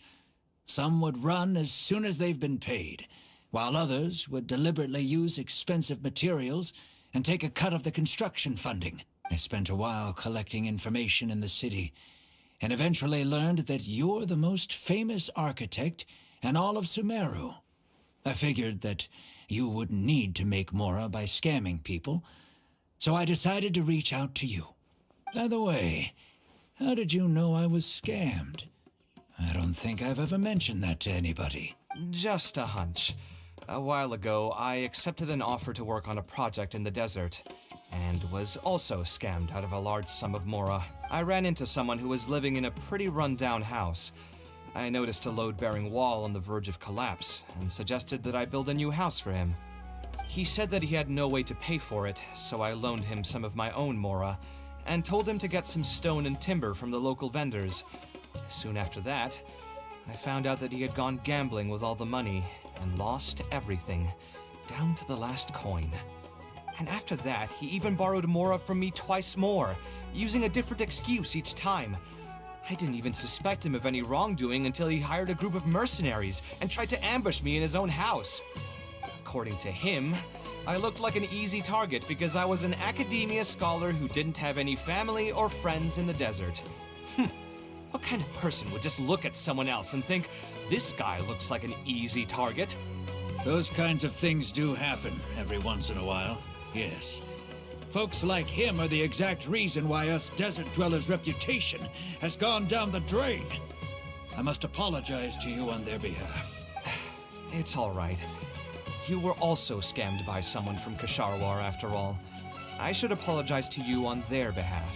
Ultimately, neither of our experiences had anything to do with the desert or the rainforest. People who are new to an area are always easy targets for criminals. Bad people are everywhere. You'll find both good and bad people everywhere. I can't understand the logic of those who like to take advantage of others, but I have to accept their existence as a fact of life. Anyway, I digress. Let's return to the topic at hand. Did you keep rejecting my designs because you thought I was deliberately using expensive materials to take a cut as a middleman? That's what I was afraid of initially, yes. I eventually understood that you weren't out to cheat me. But unfortunately, I still don't have nearly enough mora to pay for the design you proposed. I've done the math and know that we should be able to make it if we cut some corners. However, after our conversations, I can see that you're passionate about your design, and I'm quite fond of the proposal as well.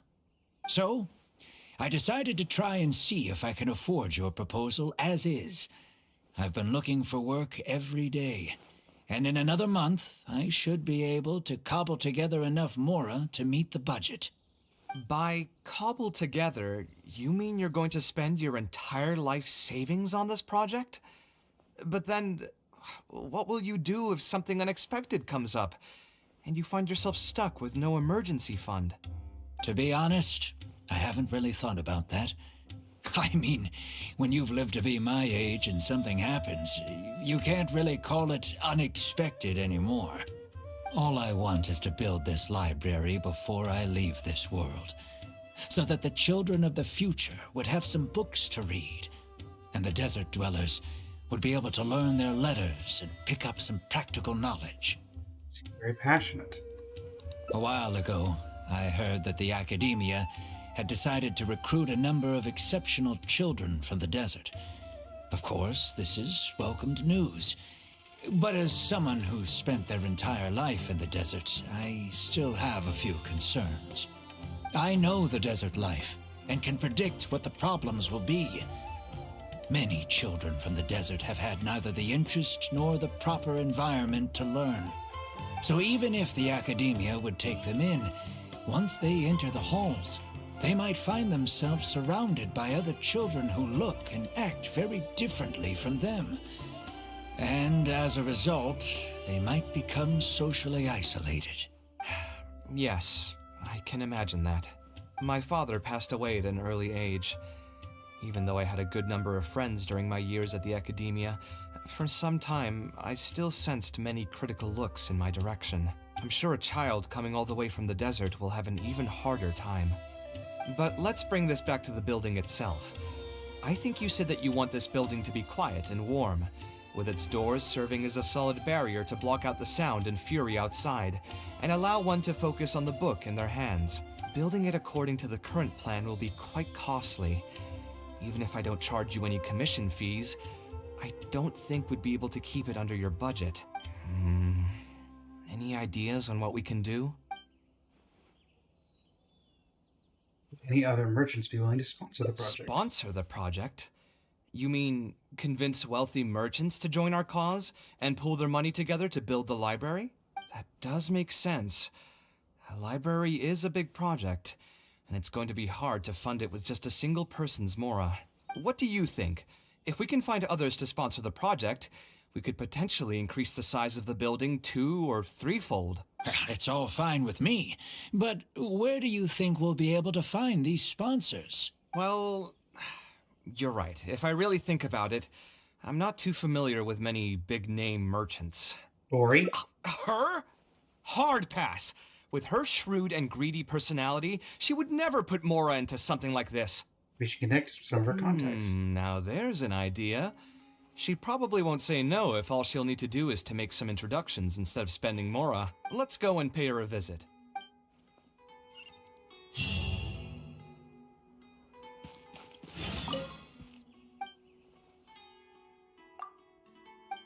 All right. Oh, great. I can't remember the name off the top of my head. Sangama Bay, I think.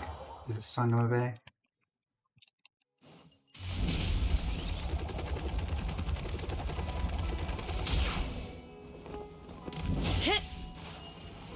No! Don't fall off the cliff. So why is Dory at the Palace of Alcazarzarai? Hey, Dory. Oh, now here are some unexpected guests. What brings you to the Palace of Alcazarzarai? When I saw Kaveh, I almost thought it must be that time of month again. Sadly for me, I must wait a few more days before I can collect my shiny Mora. Hey, can't you think of something else for a change? You are literally living in an objet d'art, and yet your mind is still fixated on nothing but Mora? What is the point of wealth, anyway? Is your happiness entirely dependent on your hoard of cold, emotionless Mora? He's just gonna say yes. That's exactly right. Yep. Mora is extremely valuable, you see. If you don't keep your mind on it, your Mora may just find its way to somebody else's pockets. If you ask me, this place is still way too empty. Just give me some time and I'll fill it to the brim with lots and lots of Mora. You're hopeless. Let's get back to why we're here. So you have an actual reason to visit me? Alright, let's hear it. Merchants? Why? Is there some kind of business opportunity? Oh, I see. So you're just looking for someone to help you fit the bill. I knew you wouldn't be interested in something like this. Still, you wouldn't refuse just making some introductions for us, would you? Sure, I can connect you with some folks, but with every service comes a fee, you know. A fee? You mean just for introductions? Of course! Making introductions means using my connections and putting my reputation on the line. Why wouldn't I charge a fee for something so important? And since we've known each other for so long, though, I'll give you a huge returning customer discount. How about 500,000 Mora? 500,000? I guess that's okay. But why are you charging a fee before we've even secured any funding? That just doesn't seem right. Besides, by helping us out, you'd be doing a great service to the public. Can't you take your mind off your Mora even for just 1 second and focus on something far more important? Very well. Since you're so passionate about this project, I'll help you out and waive the introduction fees. 3 of my business partners came by earlier today to discuss some things with me, and they still haven't left yet. I'll arrange a meeting for you, and just so we're clear, it'll be up to you to present your project and discuss any deals. Thank you so much. You can wait here. I'll bring them over to you. Why do I feel like we're about to get scammed by Dory? Alright, Kaveh, we got a plan? Dory gave us a brief introduction about the two of you.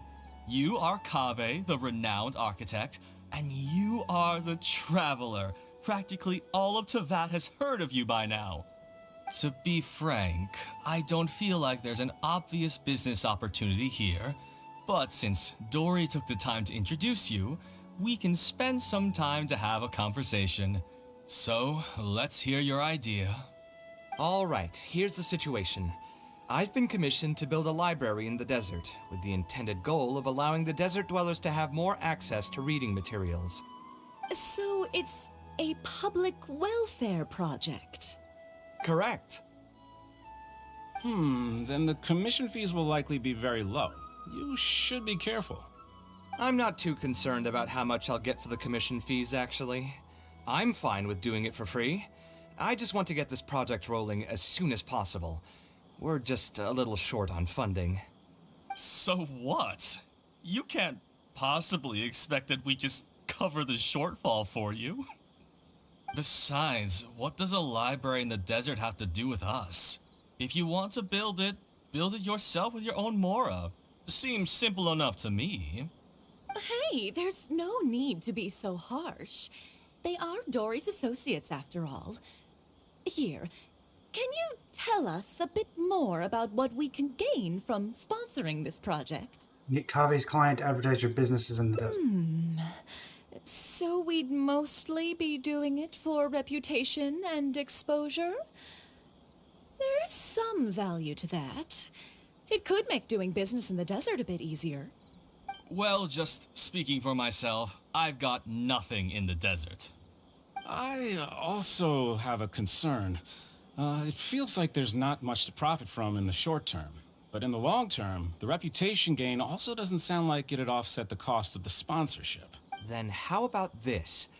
What if, instead of building a single library, we commit to an entire complex of buildings dedicated to culture and education?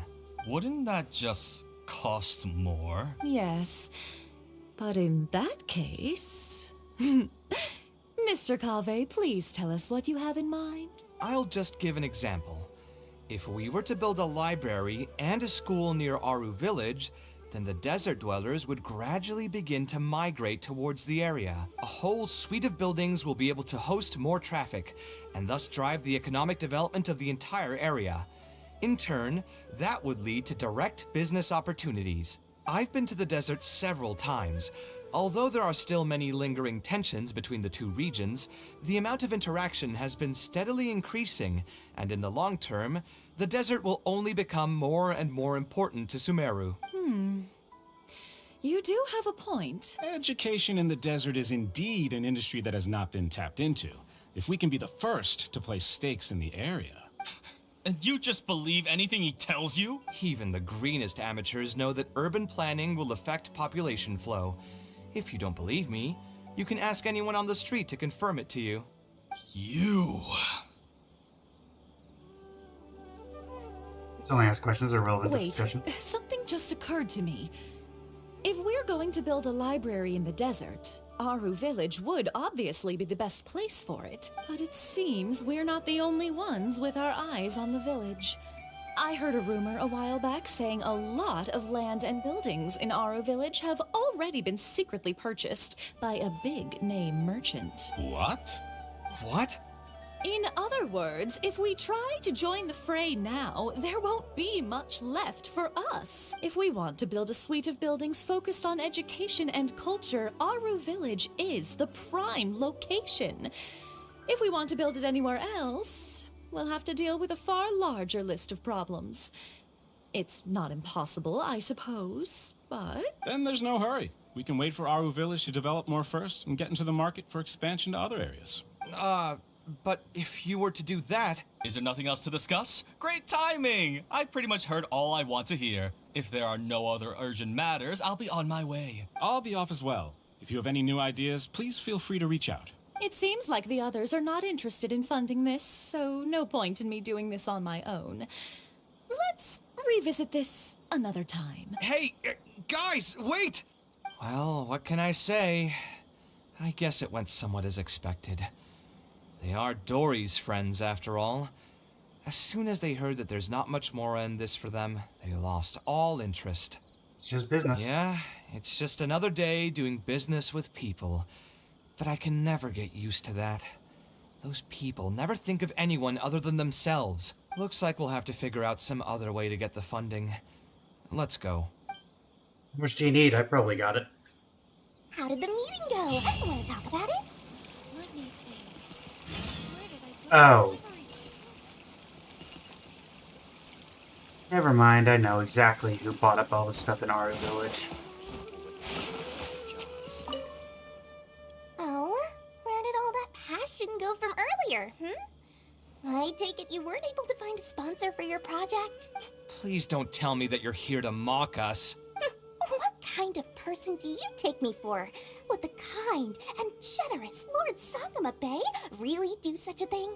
I will say, though, I more or less expected this outcome even before I introduced them to you. You can try to talk up the project all you want, but the facts will remain the same. This project is high investment with slow returns. No sane person would put their money into this. But this isn't just a business project, right? Also, if you already knew no one would want to partner with us, why did you still try to charge me 500,000 mora? You scammer! You might want to remember who your creditor is before you start talking like that, Kaveh. I'll pay back every last coin that I still owe you, but that's a completely different matter. Alright, since you're so devastated about this, I'll set you up for dinner with another big-name merchant. In fact, I'll be inviting the most famous merchant in all of Sumeru, so I'll be counting on your performance. What? Really? I would like to sincerely apologize for my attitude just now. So, where would we be meeting this merchant? Follow me. Oh, I suppose both of you can come. Say what you will about Dory, but she gets down to the point.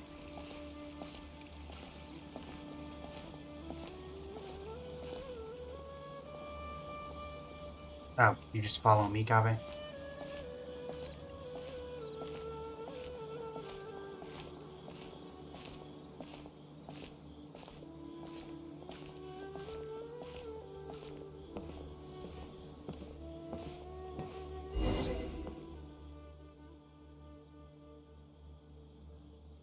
This is the place.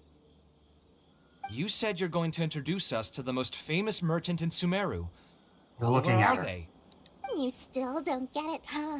The most famous merchant in Sumeru. Huh?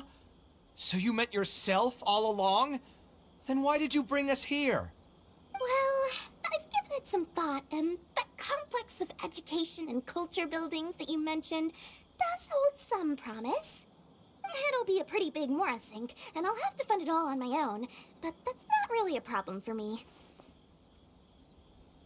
Seriously? Where's this generosity coming from so suddenly? Are you trying to scam me again? The reasons are not important. What's important is that I'm willing to help you. However, you know just as well as me that once this project actually breaks ground, it'll start sucking Mora from my pockets like crazy. So, to cut costs... I get it. I won't charge any commission fees, and I'll take responsibility for the entire project. Splendid! Then let's sign the contract right away.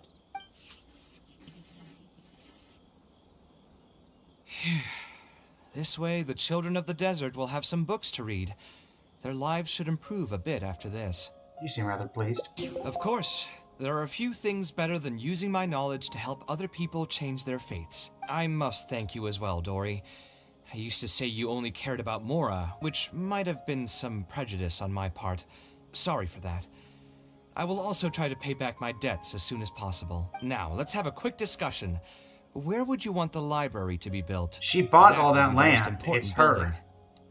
building. There's no rush. I'll provide you with a copy of the deed when we get back. You can just use the address on the document to find the lot. Huh? The deed? So Yep. hold on a sec. The person who has been buying up everything around Aru Village was you all along? Oh my, did I not tell you about that? Yep, yours truly has been buying up all the land. I must thank you for bringing your ideas to me. Before our conversation, I had no idea what to build on all those lots. So, from my perspective, this has been a great turn of events. I didn't put much in and easily got a lot in return. But what about my commission fees? Huh? Didn't you waive those yourself? I was just gonna say that to cut costs. We mustn't procrastinate and should start construction as soon as possible. But before I could finish my sentence, you volunteered to waive your commission fees and even promised to take responsibility for the whole project from start to finish. I am so touched, really. It's obvious that you used every trick in the book to deceive me. You deliberately paused for a long time while talking about the project and kept glancing at me with that menacing look in your eyes. Huh? You really think so?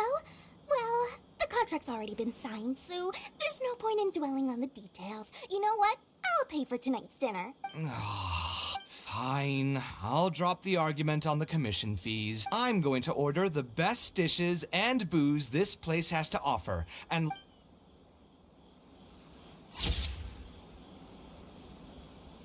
I have to recoup my fees. Okay, so obviously one of the endings is letting them name the building, which I don't think is going to be nearly enough. Rev the engines! Maybe that has nothing to do with it, if we're going all the way over here.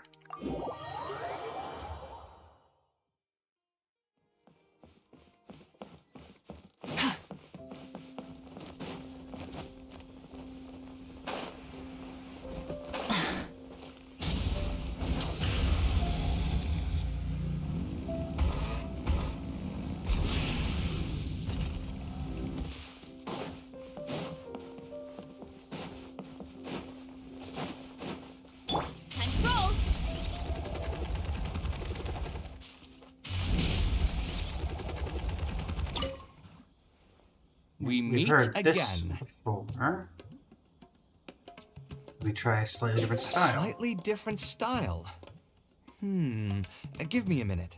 Most architects would probably prioritize cutting costs and removing extra features in this situation. Indeed, converting the building into a simple bungalow would solve most of our problems.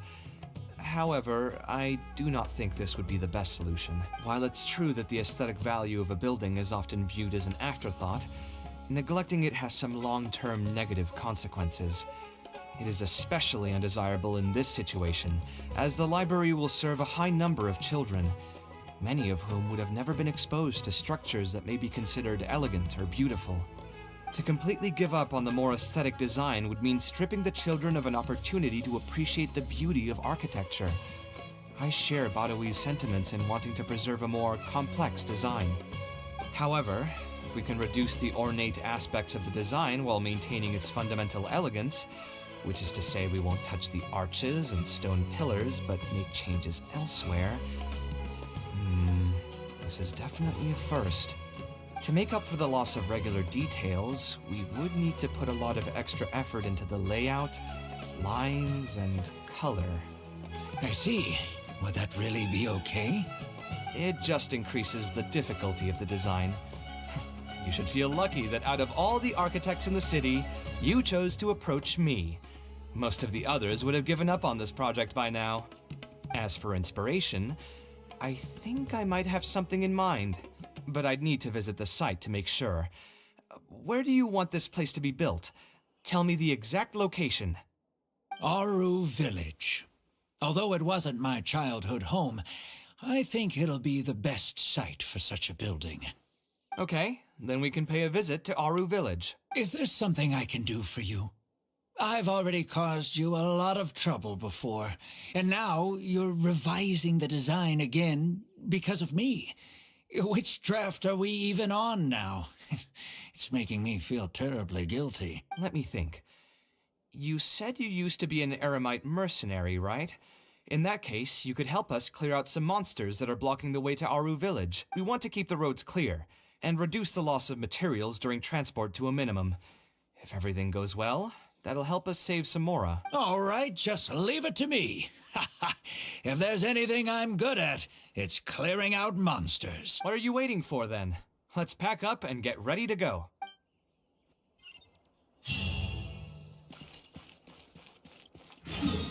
Head to Aru Village.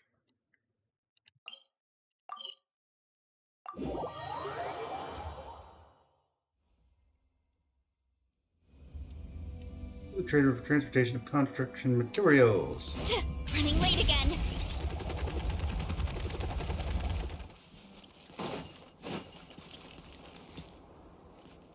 Most materials going from Caravan Ribat to Aru Village would pass through here.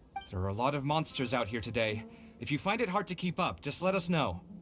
Oh, don't worry about me. This is nothing. I'll be careful, though, and you should do the same.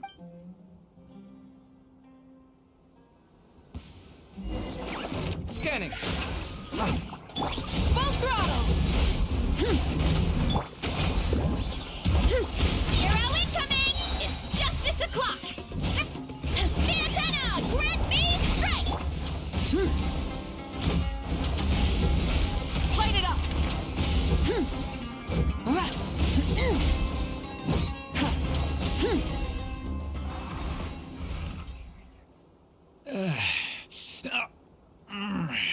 I'm fine. I've spent my entire life fighting these kinds of monsters in the desert, after all. They won't get the best of me. But it's one thing to fight against monsters, and another to fight against an old injury. It's something I picked up when I was young. There were many fights between mercenary brigades back then, and one day someone stabbed me in the back. I didn't think much of it back then, but with age, it's caught up to me. Few mercenaries get to enjoy their later years. Failing health tends to take the joy out of reputation and wealth, and many mercenaries never even made much of the latter to begin with. Is there someone you know who can help to look after you? Unfortunately, no. My wife passed away at an early age, and I don't have any children. Sometimes I'd close my eyes and realize most of my life story has already been written. I have many regrets about my past, but at the same time, I also know that there were never many options for me in the first place. I joined the Eremites when I was young, and won many battles with them. My survival was more a matter of luck than actual ability. If at all possible, I want future children of the desert to have some more options in life. I don't want them to turn out like me. My apologies. The older we get, the more we tend to ramble. Seems like we've already cleared out most of the monsters. Let's hurry over to Aru Village.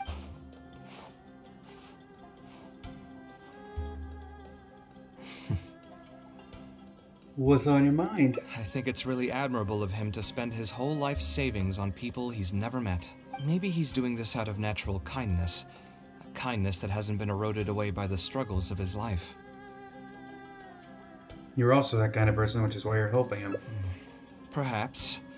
To clarify, though, I don't think I'm quite the same.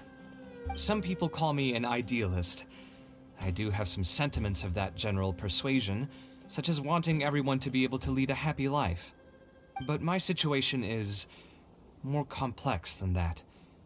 In the beginning, what drove me to harbor those thoughts was less idealism and more a desire to make up for a sense of guilt. When I was young, I impulsively encouraged my father to take part in the first Inter-Darshan Championship, hosted by the Academia.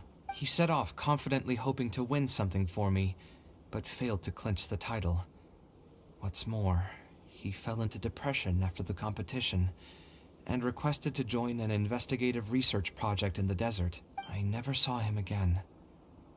Word has it that he got caught in quicksand.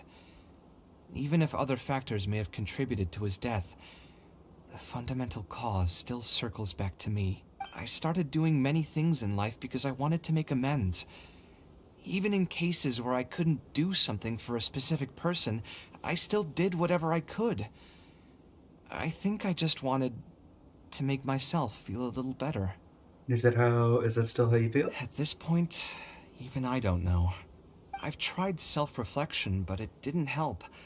I can't seem to walk away from many things that I see or hear about, even if they don't directly concern me.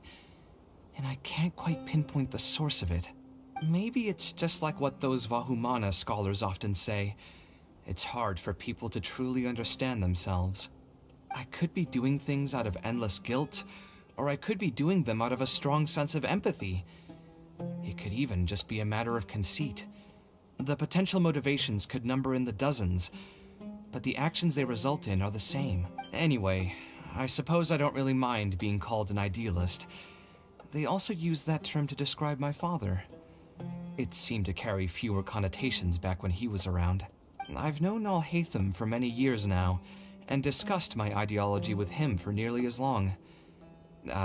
Maybe argued is a better word for it. He told me a long time ago that no matter how strong of a swimmer you may be, you'll still get dragged under by the others who are drowning once you run out of stamina. He believes this is the fate that awaits all idealists. I still believe I should live by my ideals, and I've given him countless reasons why I think it's a good idea to do so. Perhaps my ideals are flawed, but are there really any perfect things in this world? Unfortunately, he remains unconvinced. His personality is the exact opposite of my own. If someone happens to drown next to him, he'll most likely stand on the shore and mumble something along the lines of respecting other people's I think he's quite fates. that harsh. But as you can see, I'm not the only idealist in the world. Just as there are different seasons, there are also different people. There are many others who will continue to care about the fates of those who are not directly related to them. And when I finally run out of stamina, someone will also reach out and bring me back to shore. Stamina? Someone will That's help a joke, me, right? Someone spends. Yes. I've already been helped like that before. I'll help you when the time comes. But you've helped me plenty already. If you didn't reach out to me, I would probably be passed out on the tavern table right now instead of talking with Badawi. Either way, I'm feeling much better than when you first found me at the tavern. I can feel inspiration already welling up inside of me. Maybe this will be just the opportunity I needed to create a whole new style. All right, let's head to Aru Village. He's just, kind of left the client walking. Hurry up, Brassa!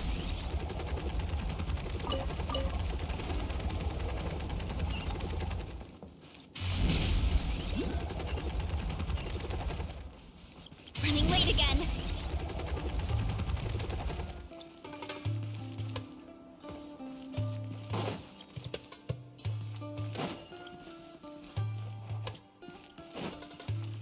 Running late again.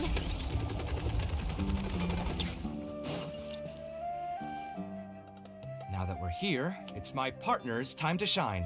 Marak! Oh, what's this? My toolbox. I built it using an ancient mechanical core. It's not too smart, but it's super useful and can help me with a variety of tasks. I'll take Marak and find a suitable location for the building. Once that is done, I'll get to work on a few designs. Traveler? Aria. Ah, you know each other? Hello. I suppose you must be Kaveh from Kasharawar. I have heard of you before. My name is Sataria, and I'm currently the person in charge of promoting educational assistance programs here in the desert. Educational assistance programs. Then you must be familiar with the local conditions here. I can't say I'm too familiar just yet, but if you have any questions, I'll try my best to answer them. I've been commissioned by Mr. Badawi to build a library in the desert. We've settled on the general design direction, but we are trying to finalize some details based on the conditions around the intended location. A library? Do you intend to open it to the public for free? That's right. I want to make sure the children will have books to read. That's fantastic! I'm sure the children will be thrilled. Right now, we don't have access to many paper books or a quiet place to read. Truth be told, this very thing has been keeping me up at night. Let me get straight to my questions, then. Can you estimate the number of children around here who'd be interested in reading? Besides the usual noise of village pedestrians, are there any other sources of noise in the village? Oh, and have any landslides occurred here recently? And also, where are the spots around the village that have been most affected by wind and erosion? Why she has those answers. All right. That should be everything. Badawi, let's go over the budget again. We'll keep the building structure the same, but make the place a little bigger, so it'll be able to hold more people and get better natural light. The parts of the project that cost the most will be the insulation and ventilation materials. I'm sure you understand, no one likes to read in a place that's hot and stuffy. I want to make significant changes to the arrangement of the bookshelves, tables, and chairs. I'll go over the specifics of that shortly. I have two plans in mind.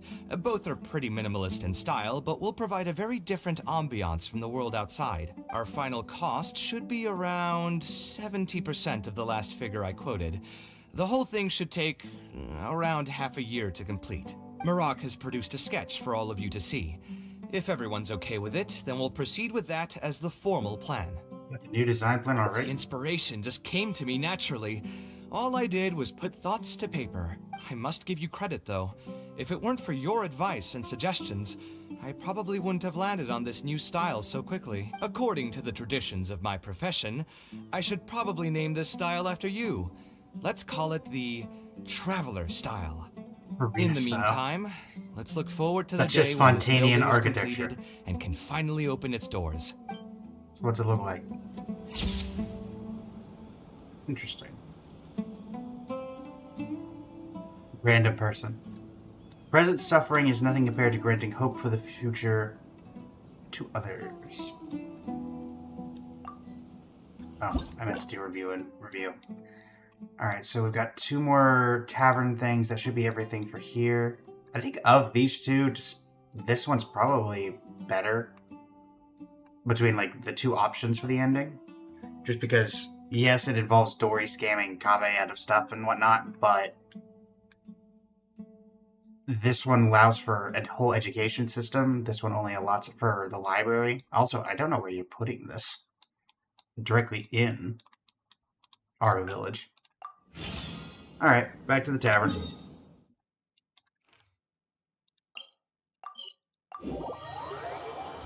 So we're gonna come up with something else to do, I think, is the main draw here.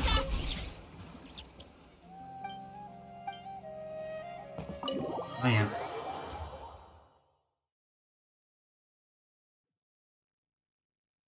I got it.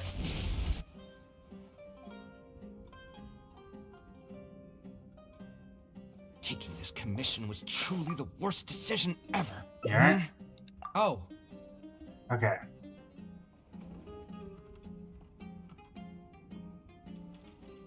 Already something. I honestly have no idea. No worries. It's been bothering me for a while. Even...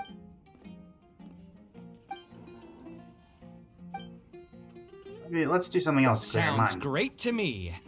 I don't even want to think about this project anymore. Why did you decide to become an architect? Huh? Where did that come from? I mean, it's not like it's some kind of secret. You probably already know some bits and pieces of my past. My mother is also an architect. I've always adored her drawings, and when I was young, I used to sit next to her and watch her bring all kinds of buildings to life on paper. You could say my interest in architecture just naturally grew with time. Would she be able to understand how you're feeling right now? Perhaps.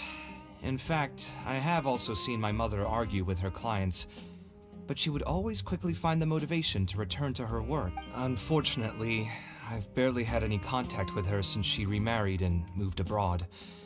Even if I wanted to ask her about her ability to stay positive after an argument, it would seem rude to barge into her life again over something as trivial as that. I did remember something else, though. When my mother left, she only carried some small personal luggage with her. She left most of the belongings in the house to me. At the time, she even told me that it would be great if I could learn a few lessons from her life experiences, so my life and career could go a little more smoothly. I hadn't quite come to grips with my emotions, and didn't really have it in me to go through any sentimental items. So I just packed anything with memories away in a box and haven't reopened it since. It's been a really long time. Now that so many years have passed, maybe I have finally developed the maturity I need to face those memories without losing my mind. Yeah. I should dig it out and take a look. Huh? Sorry, I've had too much to drink and wasn't thinking clearly. You're right. I should do these kinds of things with the support of a friend. Speaking of that, I can call you a friend now, right? Either way, thanks for reminding me that I can invite you to come along. Had I just gone back by myself, it would have looked like I'm deliberately trying to keep things from you. Ugh, thinking too hard about the words is giving me a headache, so I'll just give it to you straight. Thanks to your advice, I have decided to put my current projects on pause for now, and spend some time trying to rekindle the passion for my craft. If you want to stick around and see how this will turn out, you'll be sure to encounter some bits and pieces of my past. Do you think you'd find that too boring? I don't think so. All right, then let's head back together. I mean, you already know where I live. Who knew that the day would come when I too would have some friends over? Let me see. I should have tidied up the place before I left the house this morning. Alhaitham shouldn't be home now either. He's usually in the records room at this time of the day. Anyway, there's no more time for drinks. I'll go take care of the bill. Yep. To Kave's house. That's technically Alhaitham's house.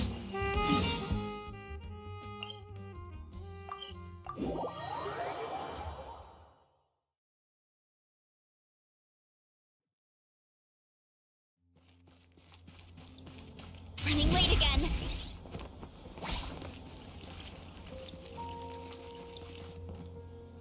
Enter Alhaitham's home.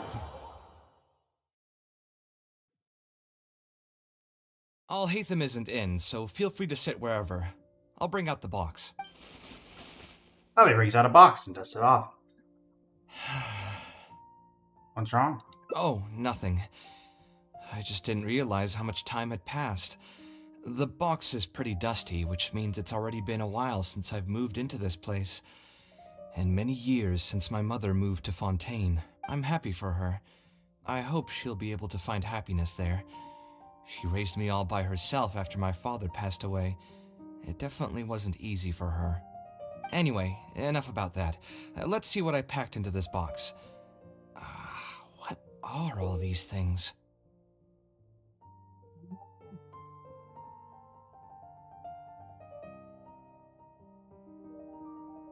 Well, it looks like a picture. And a drawing. Oh, I remember now. This is a drawing I made in Port Ormos. Obviously, I wouldn't call it anything special now, but I was less than 5 years old when I made this drawing. That's more than 20 years ago. You could say it's pretty good for a child of that age. Now that I've said that out loud, I suppose I do have some level of artistic talent, right? You're not as confident as you used to be. Criticism and self-doubt have always been a part of the artistic process. Without criticism, there can be no improvement. It's normal for me to question my abilities from time to time. I admit that I may have spent a little too long questioning myself this time around, but as you know, the heart tends to dwell on whatever it pleases. Anyway, never mind. The more I talk about it, the less confident I feel. Let's see what else we have in the box. My building blocks! It's been years since I've last seen these. When I was a kid, I used to stack them super high, and could even stabilize the tower to keep it from tumbling over. Oh, and this blueprint. I made it by copying my mother's sketch, and the aspect ratio was horrendous.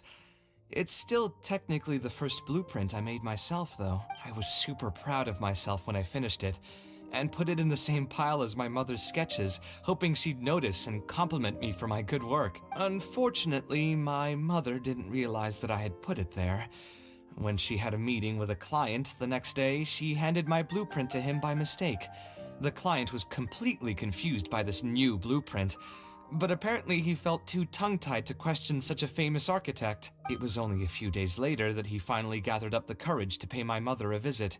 He asked, "The door in this blueprint is even taller than the roof. Is this supposed to be part of the design?" What happened after that? My mother took me with her to personally apologize to the client several times. She didn't scold me about it in private, though. Instead, she went over all the steps required to draw a good blueprint, and was very patient throughout the whole process. I still remember it like it was yesterday. Let's see, is there anything else left in this box? What was this again? Notebook with what? This is my mother's notebook. She used to write and sketch in it all the time. When I was a child, I used to be super fascinated by this notebook, and always pestered my mother to let me read it. After asking her a few times, she told me that I could read it as long as I could guess the password. Wonder why she didn't take this notebook with her. Did she leave it to me on purpose? You could open it and take a look. If only I could. I never managed to guess the password. After all those years. Hey, it's not a matter of time, it's a matter of inspiration. It's probably Kaveh. That's what we need to guess the password. Who knows? Maybe this time something will click in my head, and the answer will just present itself. Let me think. What could it be? Your name? I could tell what you were thinking. Don't worry, I tried all the easy guesses a long time ago. I've tried my name, my father's name, my mother's name, my grandparents' names on both sides, and all of our birthdays. I've tried every name and number remotely related to my family. I've even tried stuff like love you Kaveh, take care, and yours truly. I've tried every cheesy phrase and well-wish in the book, but this lock has refused to budge. I wouldn't try that route again. I have a hunch that it won't be that simple. Also, if she really did use something like that, she'd never hear the end of it from the folks over at Haravatat if they ever found out. Oh, so this is obviously the differential. We can try asking some real acquaintances. So we could find someone who was close to my mother and see if they might know anything? I see what you're saying, but who should we talk to for that? My mother was never really the one to be social. My father was the one with more friends, but all those connections were severed when he died. Let me think. Is there still someone at the academia who would know my mother? Ah, actually, there is someone. Professor Zaha Hadi. Who's that? Huh. You've never really heard of her? She's a famous Kshatriyar scholar and leading expert in formal garden design. My mother studied under her as a student many years ago. Professor Zaha Hadi published many works during her career, so I was able to learn a lot by studying her essays. If there's anyone who still remembers my mom, it'd be her. She's older now and is no longer teaching at the academia. But if I remember correctly, she spends most of her time around the Bimarstan area. Let's go take a look. We might run into her if we're lucky. Or if the plot allows, which is more accurate.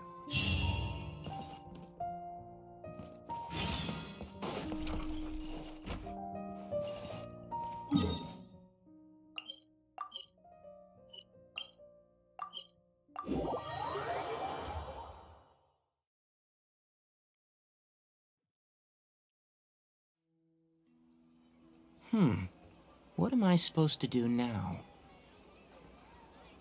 Forget it. I'll just head back. I already jump scare. What are you doing here? Oh, it's you. Good to finally see you again. I came into the city to buy some experiment reagents, hoping to bring them back with me to Gandharvaville. But as soon as I got here, I noticed someone banging on Cyrus's door. You've all heard of Cyrus, right? He's an ex-sage and Sino's adoptive father. I was thinking about going over to ask what's happening. That granny over there may appear old and frail, but her vocal cords certainly sound loud and healthy as ever. Granny? Yeah, she's just over there. You can go check out the situation yourselves in a moment. Kaveh, were you at the tavern? I had a quick drink or two. Can you still smell the alcohol? Drinking in broad daylight. Really? You want to pass out by the road and get run over by a sumpter beast like some mindless fungus, huh? And you, traveler? You didn't try to stop him? I did stop him.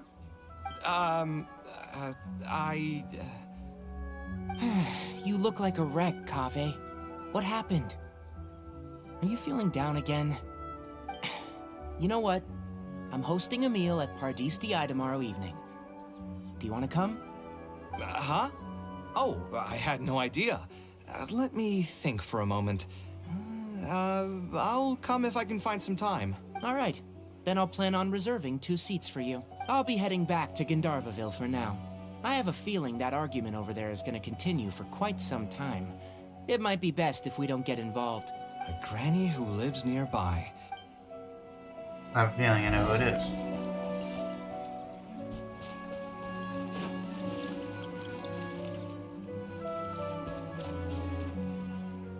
Ha! So, plan on keeping yourself locked in there, huh? Fine by me. If you're not going to come out, then I'm not going to leave.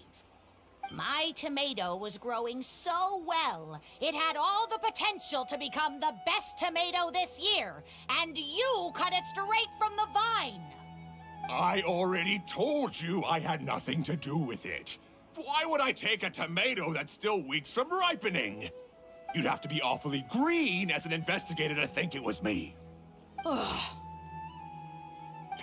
You see, the word green here could refer to both the color of the tomato Well, and we the know fact why that it's your Sino's skills could adopted use father. some.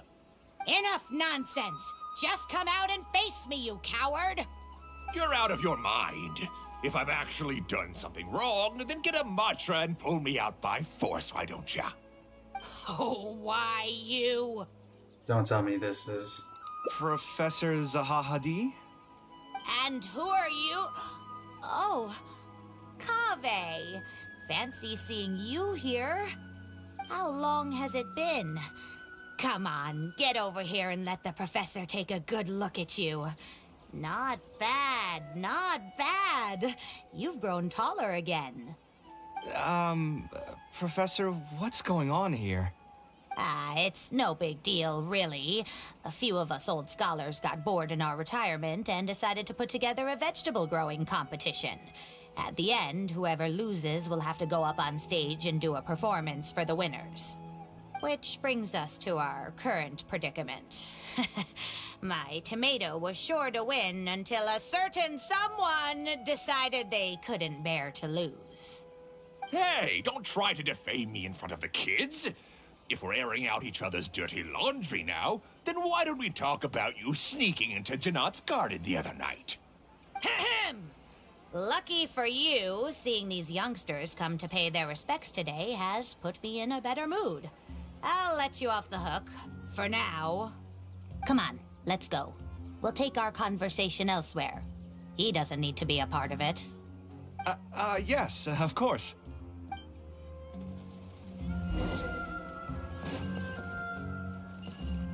Stop trying to break down my door, Zahahadi. You know I'm not going to come out. Stop trying.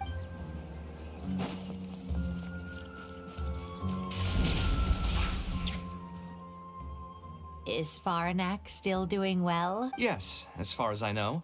She left for Fontaine some time ago and started a new life for herself. She's still doing work related to architecture, though. Ah, yes. I did hear about that. Did that upset you at all? No, not at all.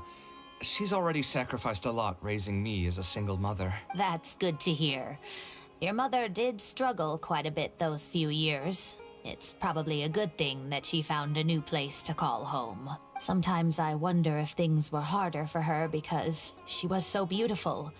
People were always drawn to her beauty first, only to realize she had a sensitive and vulnerable heart underneath. She was still quite young when she first joined my class as a student. Beautiful and radiant with her golden hair, yet quiet and single-minded. She seemed like a lass from some aristocratic house who was seeing the outside world for the first time. She had to make a lot of drastic changes in her life to raise you on her own. Even during her time in the academia, she was a thorough perfectionist. If she was unsatisfied with something she had made, she'd insist on redoing it, even if I was perfectly happy with it. She had many admirers, and they'd always fill up the first few rows of seats, hoping they could get closer to her sitting in the first row. If it were any of my other classes, you'd have found nobody sitting in the front. But every time I saw her, she was always in that same rigid pose. She'd have one hand on her forehead with the other clutching her pencil. Her eyebrows would be knitted in a frown as she concentrated on the blueprint in front of her.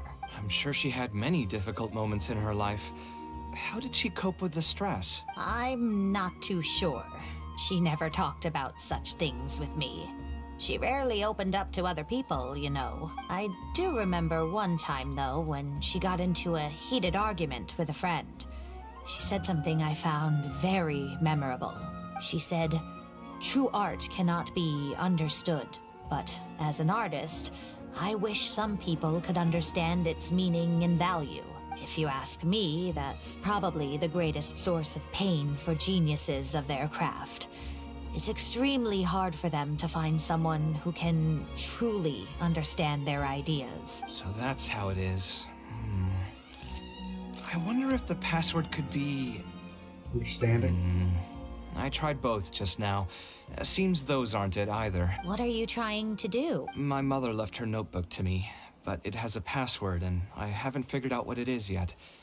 I'm trying to learn more about her so I'd have a better chance at cracking the code. Thank you for all that you told us. It's the least I can do. Talking to youngsters like yourself makes me feel younger too. Honestly, looking at you now, I can see how much you resemble her. It's almost as if she's standing right in front of me again. Your personalities are quite alike too. You're both stubborn and both a little awkward.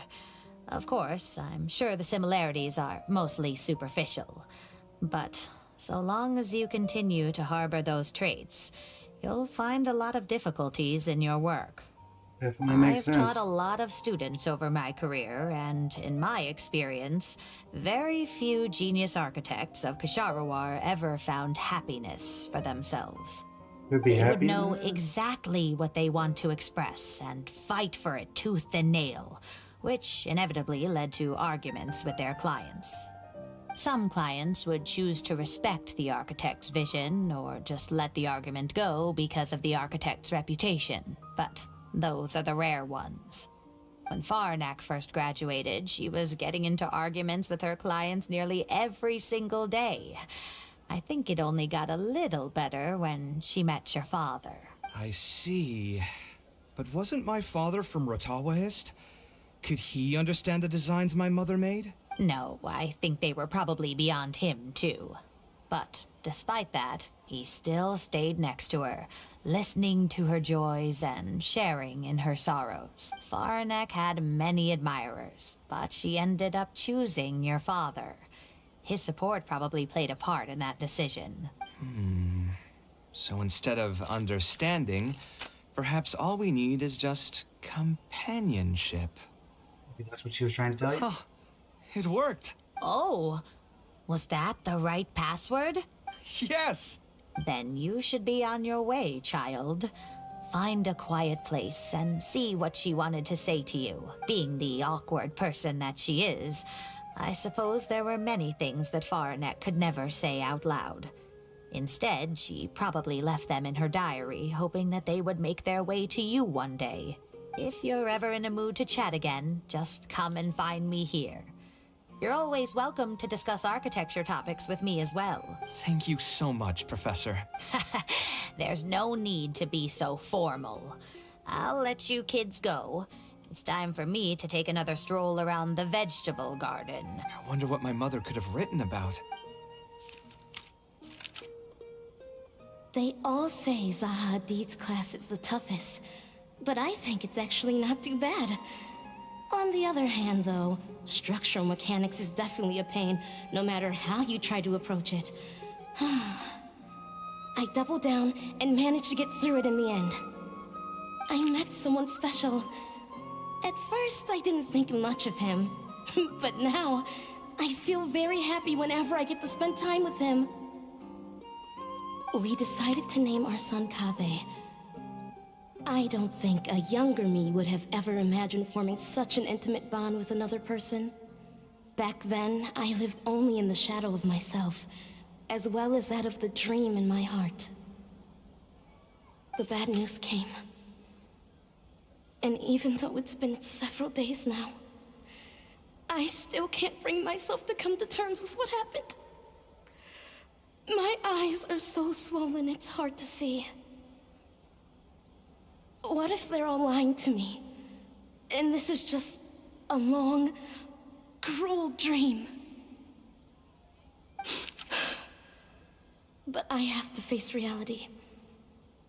I still have someone to take care of. No matter what happens, I'll do my best to raise my son on my own. Huh? Is this a drawing? Seems like it was done by my mother. This blonde man was probably my father, but who are the other people in the picture? Huh? Why do a few of them look somewhat familiar? From the dates in the notebook, she probably drew this more than 30 years ago. I hadn't even been born yet. maybe we were thinking too much. Oh, there are a few lines written in the diary about this as well. The one who invited us to the gathering is a talkative woman. Including us, 3 couples showed up. There was also a person who came alone. The talkative woman introduced everyone to each other. She spoke really quickly, so I couldn't quite catch everything she said. But I also didn't feel like asking her to repeat herself.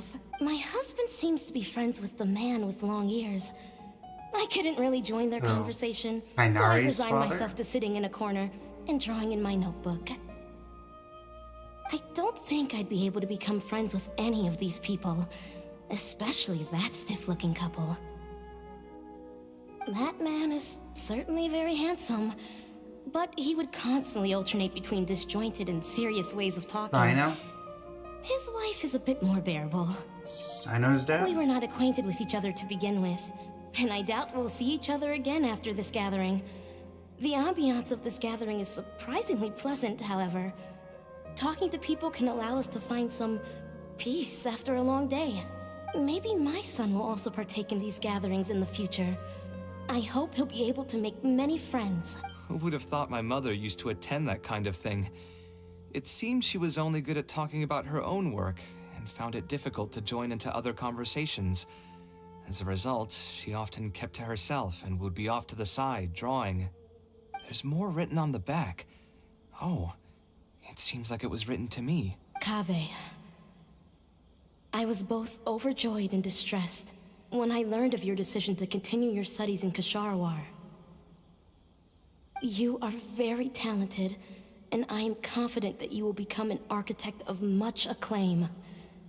However, the more talented you are as an artist, the more misery and anguish you may encounter. No one will be able to help you during your journey as an artist. But outside of your life as a creator, you can learn to form connections with other people and enjoy many other things in life. It's the only way to alleviate your suffering. Whenever you feel down, seek out a friend to sit and have a chat. You can accumulate joy and fulfillment by spending time with them. The positive feelings you gain will get you through the long and difficult years. Never forget that companionship is the most important thing of all. So that's the answer she prepared for me. She really thought long and hard about me and my future. Well, now that I've read her words, do you think I should accept Tainari's invite and attend that dinner at Pardis Di? You're actually considering not going? The thought definitely crossed my mind. Although it'd be nice to get together with friends and chat the night away, I don't want to bring down other people's moods because I'm sad. Besides, don't most people hate the feeling of seeing their friends troubled and being unable to help? And what's worse, nearly all of my problems can't be easily resolved with some encouraging words or gesture. And don't forget, I'm also older than all of them. As their senior, I should appear to be a bit more responsible. Tainari saw right through you. You're right. I really didn't expect to run into him here. I swear, his nose must be just as sensitive as his ears. Well then, I guess it's best that we go and join him for dinner. That means I'll owe him yet another meal now. You know what? I'm not going to overthink it. I'll see you tomorrow at Pardis Di. I'm just going to teleport to Pardis Di. And then... Where is Pardis Di? Pardis Di.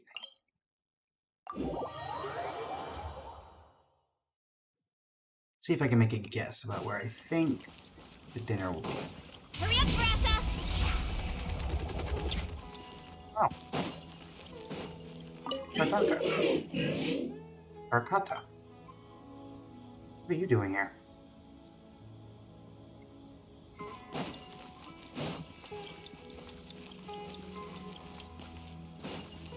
Do you think they'd host a dinner in here?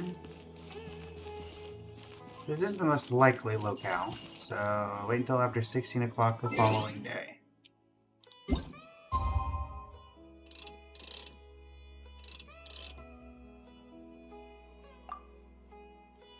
Varessa is never late. Varessa arrives exactly when it is meant to. Which she is meant to.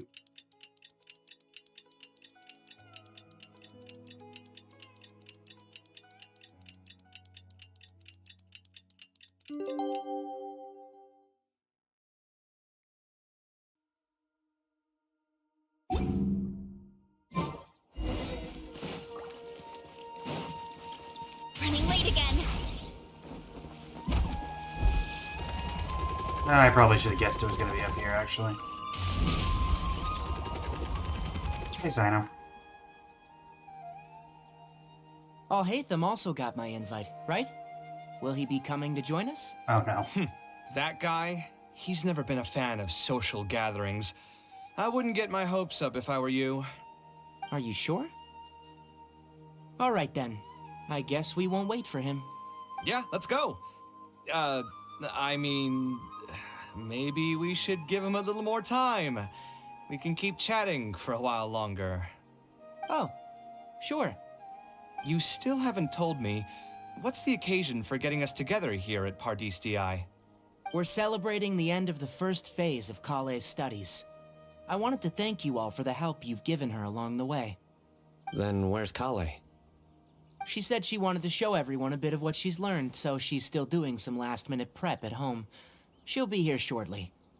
Anyway, let's get started. To tell you the truth, I'm actually not so confident that the second phase will go as well as the first. The curriculum will become a lot more involved, and I'm worried that she won't be able to get through all of it. I was hoping we could brainstorm about it together before she gets here. I knew this wouldn't be just a simple free dinner. Is that why you also invited Alhaitham? Yes. I thought it would be good if we could all put our heads together about this. Anyway, let's take a quick trip down memory lane.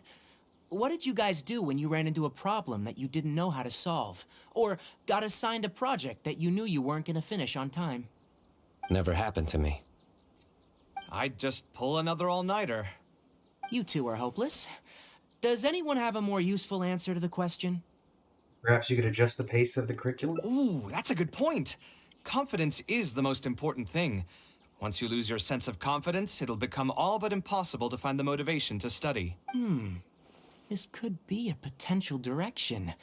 I have already redesigned the literacy curriculum, and I was originally hoping to ask Alhaitham for his opinion, but... It's very simple. Instead of focusing on the amount of material you would like to teach, focus on the amount the student would be able to remember. Wow, you actually showed up. I could probably count the number of times you've actually come to gatherings like this on just one hand. It's still more than the number of times you've managed to get a proposal approved on the first try. As long as you're still aware.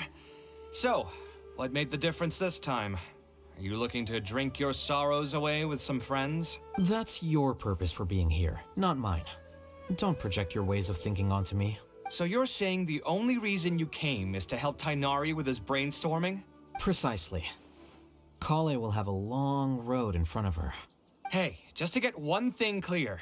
Even if Kale manages to make her way to the academia, we cannot let her enroll in her Avatat. Kasharwar is obviously the best choice for her. She's been a trainee forest ranger for so long, she'll definitely be good with her hands. What are you saying? Spontamad is the better choice. It's where I graduated from, after all. Oh, that makes it so much better. What about Amorta? That's the Darshan her master actually graduated from. There are only 2 other Darshans left. We might as well select all of them on her enrollment application. I'm trying to have a serious discussion here. Traveler, you aren't associated with any of the 6 Darshans. In your opinion, which Darshan would be the best choice for Kale? I think she should get to the second phase of her studies first. Well said. Agreed. And my goal in inviting you here was to gather some thoughts on the execution of this second phase. Phase 2 far exceeds Phase 1 in both curriculum complexity and the speed of instruction. I hope Kale has prepared herself for what is coming. Hey, what are you thinking now? Please don't tell me you're planning on lending her those abstruse books from your home library. Actually, I was thinking about lending her a professions guide. I'll make sure to write, "Don't become an architect" on the front page of that.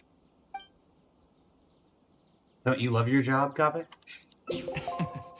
You're right. I can't deny that. Is there another phase after phase 2? What's the ultimate goal of all of this? Are we trying to prepare her for a job in the academia? We don't need to think that far ahead. Hold that thought, though. I think my vegetables are done. Everyone enjoys a relaxed and pleasant dinner. I'm telling you, that client had no idea what he was talking about. No matter what I did, he had something bad to say about it. Kaveh sure gets drunk fast. Have you considered finding another client? They're all the same. I haven't had a good night's sleep for months now.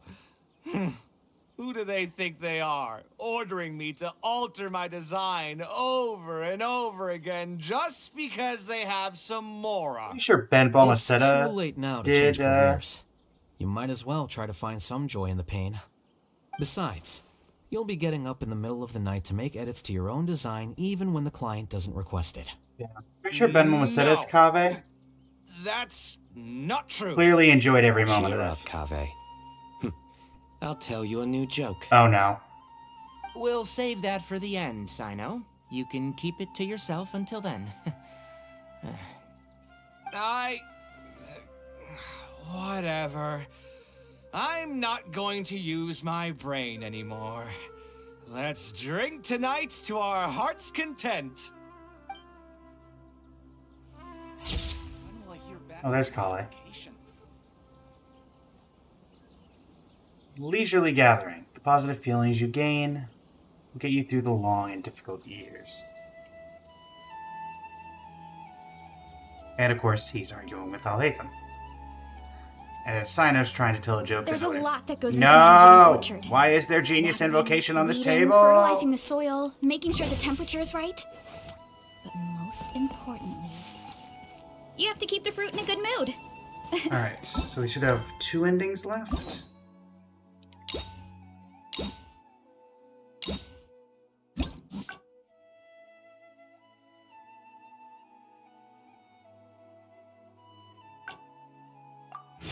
So this one will be the book if we don't unlock it.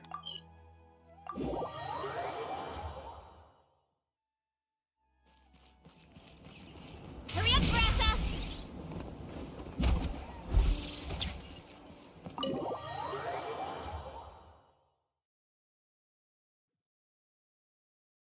Alhaitham isn't in, so feel free. We should put it aside for now. Yeah, you're right. Although I was hoping to find some words of wisdom from my mother, if I stop and think about it, her words may not be the advice that I need to hear right at this moment. Everyone's life journey is different. Traveler, you've visited many lands and met many people, so I'm sure you've run into situations where some advice wasn't exactly suitable for the situation at hand. I just got an idea though. If I want to rekindle the creative passion that I had before, instead of trying to unlock an old notebook, why don't I take a walk around the parts of town that had changed my life? What do you think? Sounds good to me. I'm glad you agree. Then let's start by taking a quick stroll around the academia.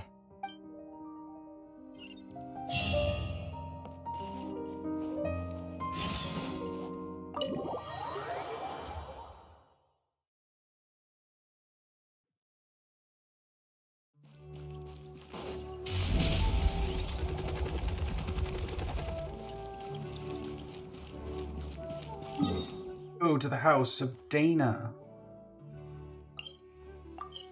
You realize you're probably going to run into Alhaitham in here.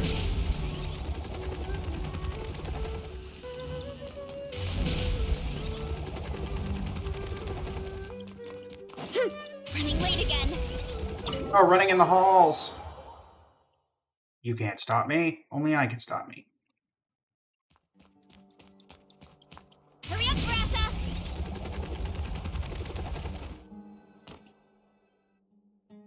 Of all the places in the academia, I remember this one most. When my studies got busy, I used to pull all-nighters here trying to finish my blueprints. Sound like you almost miss it. Who doesn't miss their time at the academia? Life was a lot simpler then, and we all had far less troubles. I created many designs that I thought were beautiful in the House of Dana. I drew whatever came to mind, since I didn't have to care about budget constraints or turning them into reality. Why'd you like to draw the House of Dana? If I had to give a reason, it'd probably be because I like the ambiance here. The Academia also had a rule that allowed scholars to annotate any physical books they came across. As a result, the books here are chock full of scholars' wisdom across many generations.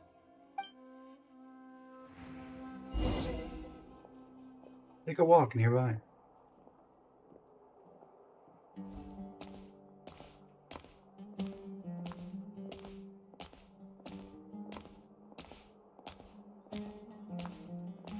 Look at those reflections.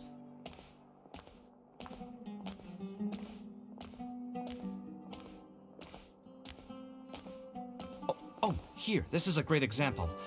This book, History of Ancient Sumeru Architecture, contains some analysis that I did many years ago. Huh? Why is Alhaitham's handwriting also in here? When did he ever read this book? I guess it's probably from when we worked on that research project together. Anyway, he probably never cared to tell you this, but the House of Dana is where Alhaitham and I first met. I came here to do my homework, and saw him sitting by himself next to that row of bookshelves. A group of Haravatat scholars were chatting near him, but he looked as if he was too lazy to join them. There was a pretty stark difference between him and all the rest of them.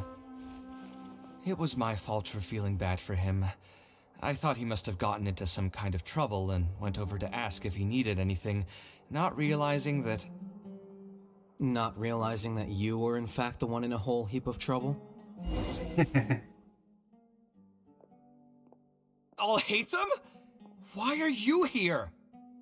I work here. The House of Dana is a public space. Anyone can come here, no? But shouldn't you be at the records room at this hour? You're not here to watch me make a fool of myself, are you? You think I would derive amusement from watching you fall into depression over your life's various troubles? If that's the case, then I suppose I must have been entertaining myself for years. I came here to pick up a few files. If your voice hadn't managed to get through my soundproof earpieces, I probably wouldn't have noticed you. All right, I admit I was probably overreacting just now.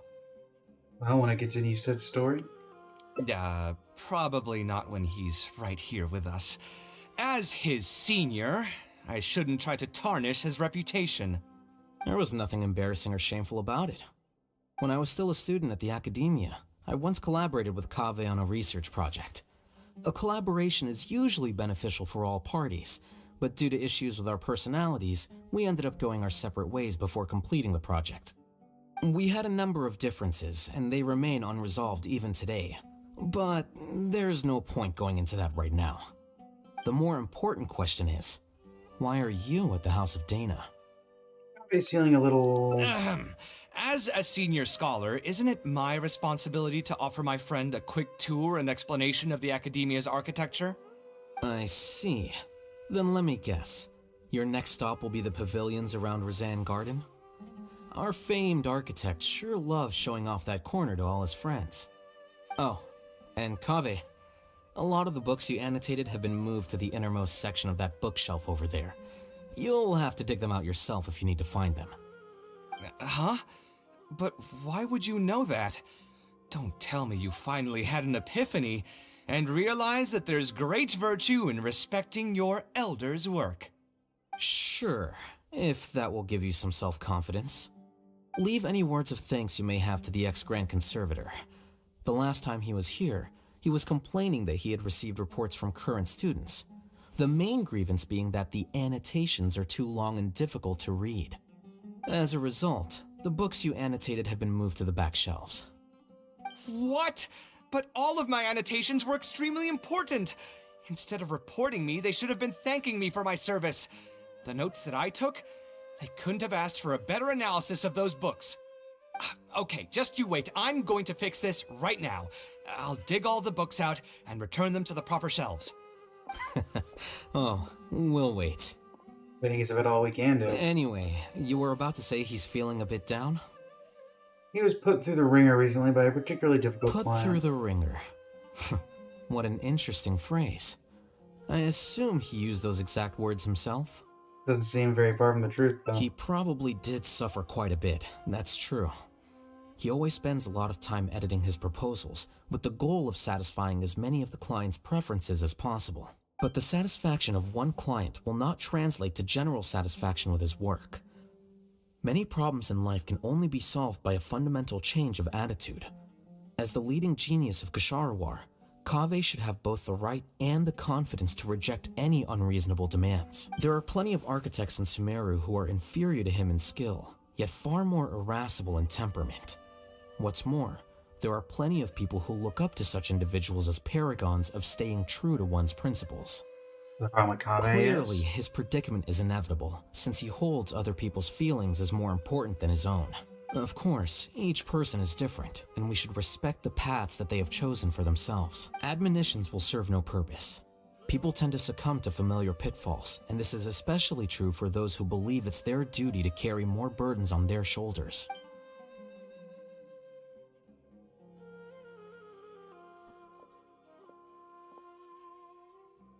Looks like you were having an enjoyable chat while I was gone.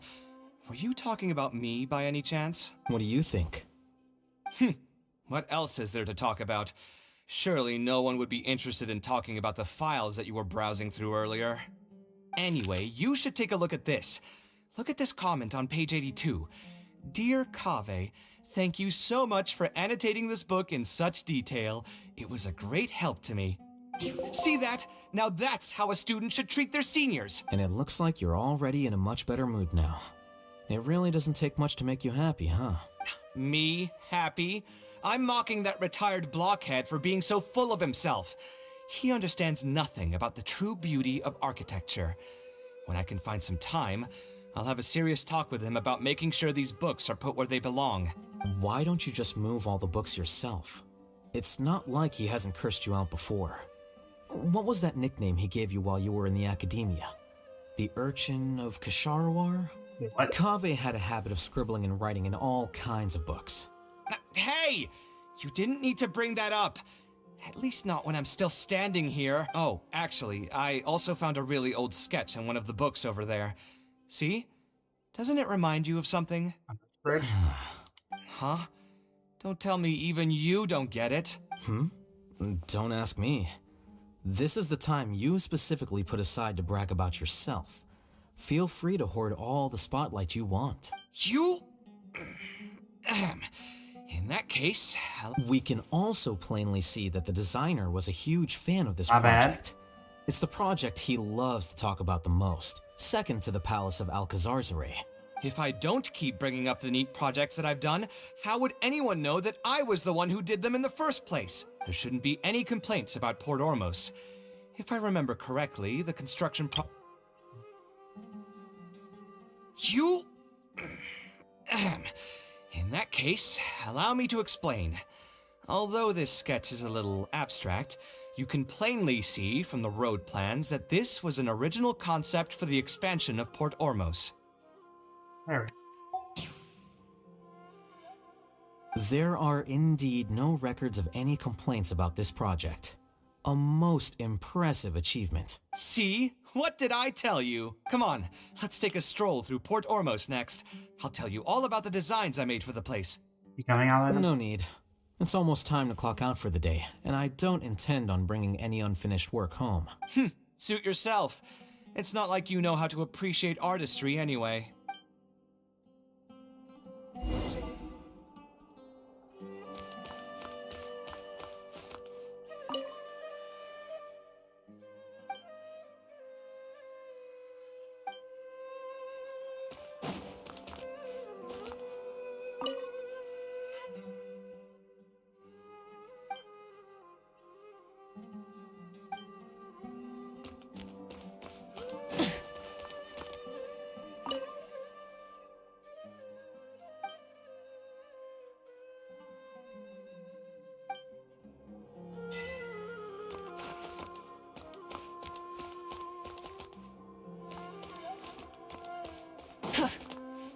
Guessing that has some relevance to this, because I don't think those were there before.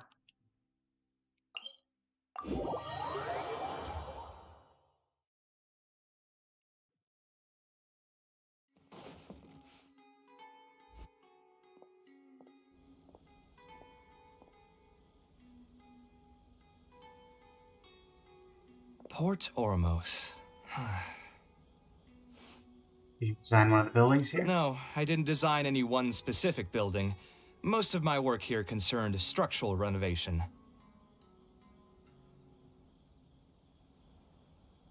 Port Ormos had already existed since I was still a young child. It wasn't as large as it is now, though. It only came to its current size after a sizable expansion. I was part of that project. The arch bridge over there, for example, that was one of my designs. How'd you come up with the idea? When I was first tasked with the project, I decided to reference the growth patterns of nearby trees to split Port Ormos into 2 levels. My goal was to improve the overall utilization of space. We ran into a lot of issues during construction, but thankfully, we were still able to achieve the original vision. Residents can now behold all the ships entering and leaving the harbor from the vantage point of the bridge, while visitors can recognize the site of Port Ormos from a long ways away. I was still young and new to the trade back then. I could hardly believe that an idea in my head could become reality and remain in the world for many years to come. The true cornerstone of the creative process. The point about the design that will be ultimately used to judge its true worth. It was the first time that it became crystal clear in my mind. Once built, a building will continue to stand. Countless people will see it, and countless more will step inside it. Its final worth, whether it's good or bad, will be assessed by the countless generations of people that interact with the building during their lives. I'm sure the residents of Port Ormos really enjoy it. You think so? I'm glad to hear that. But even with this project, I still had one small regret. My budget was tight, and I was unable to use the higher quality timber I had originally intended for the design. I knew that some concessions on aesthetics would be needed as soon as I agreed to a proposal that prioritized the practical functions of the project. Us creative types know better than anyone that most projects cannot be completed without a few regrets. Even the Palace of Alcazar's was not perfect. Having no regrets would also mean you had no higher hopes for the future. Yeah, you're right. I should learn to look toward future opportunities, and believe that any regrets I have can be overcome in time. We've spent long enough here. There's still one last place I want to go, but it's a little far. Would you be interested in a quick trip to the desert? I wouldn't mind. Great.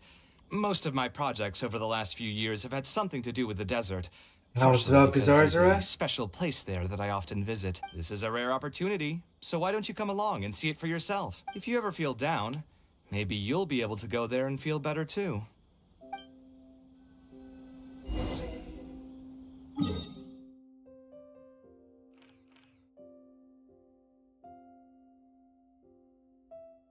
Oh no, it's the Dune.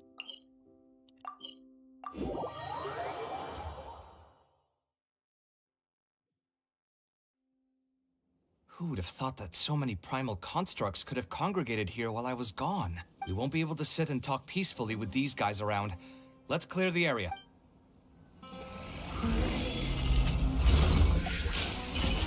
Strike a pose!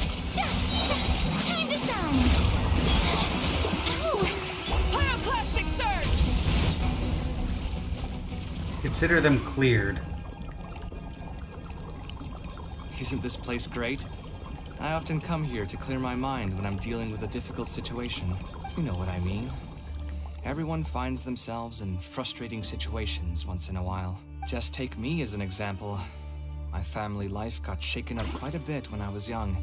I struggled in school, and I got into a huge pile of debt building the Palace of Alcazar's. Although Alhaitham thinks that it's because of my personality that I continue to live in the shadow of the past, I think it's also just a part of life. Plus, if I look back, I've honestly had my fair share of good luck as well. You could probably say I've followed in the path of my mother. Like her, I've gained a name for myself as an architect, built something that's seen as my magnum opus, and found many projects that others have entrusted to me to finish. You also haven't completely lost your passion for life. Life is too boring when you live with no enthusiasm and passion. Only those who believe in the inherent meaning of it can capture the small nuances of everyday life and turn them into inspiration for beautiful designs. Of course, I will concede that loving something also means taking it to heart. So to an extent, caring is also a source of pain. If I didn't love my work, I wouldn't be so torn up about it all the time. But still, isn't this place beautiful? Despite the erosion from the winds and changing seasons, you can still perceive its past beauty and glory. With different landforms come different architectural styles. The desert's history has left it with few records regarding its buildings, so I often visit the desert to investigate things in person. The sight here has moved me ever since the first time I laid my eyes on it. I told myself that one day, I would also be able to create buildings that move others. My pain will one day fade into nothing, just as I reach the end of my life. But buildings are different. They are far more valuable than most materialistic things, and far more durable than human flesh.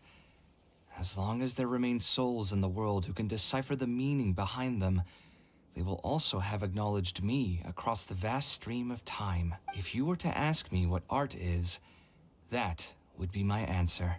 That's more like the Kaveh I know. You think so? But I feel I've always been like this. Remember that question I brought up before?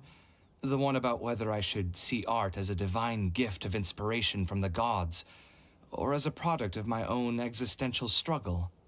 I still haven't found an answer to that yet. But if art wasn't inherently paradoxical and enigmatic, why can't it be both? Then people probably wouldn't be drawn to it. Those who pursue art will be unable to avoid the pain that it naturally brings. Will often be floating on cloud 9 one second, and sinking in a mire the next. I'll try gathering my thoughts again once I've found a way to define art in the first place. In any case, thank you so much for listening to everything I had to say.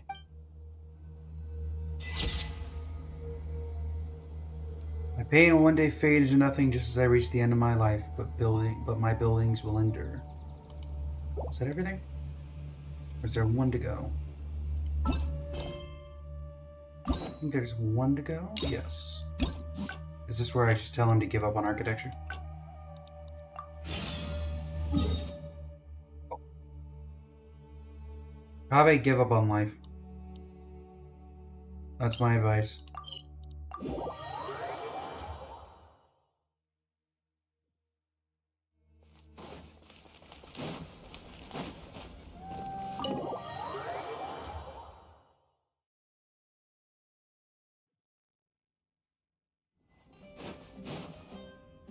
He's just gonna be drunk at the tavern, isn't he? Taking this commission was truly the worst decision ever. Oh. Or something that resonates with masses. Yes, art shouldn't be self-indulgent entertainment saved for the elite. Let's say that I built a house for someone. If they don't like how it looks, then no matter how brilliant it may appear to me, they won't be happy with it. The problem is that it can be very difficult to get validated by others. I could compromise my personal standards to accommodate my clients, but often that just means creating a final product that I would struggle to look at. He still looks dejected. Even the wine didn't help his mood. How can I help cheer him up? Let's do something else to clear your mind. Sounds great to me. About looking into another career. A different career. I see. That's not a bad idea. I think I've heard a saying somewhere before. 80% of a working adult's woes are due to not having enough mora in the bank. It's just a saying, of course, but even I will admit that my life would be a lot better if I could make additional mora. And if I want to make mora, I should finish that ridiculous commission. But I really can't find it in me to go back and talk to him right now. Hold on. I just remembered that I used to have a senior classmate by the name of Alkami. If memory serves me right, he's no longer taking private commissions, but he's still doing pretty well for himself. Maybe I'll be able to get some advice from him. Yeah, I should get on this right away. No more wine for me today. I'll grab the bill and be on my way.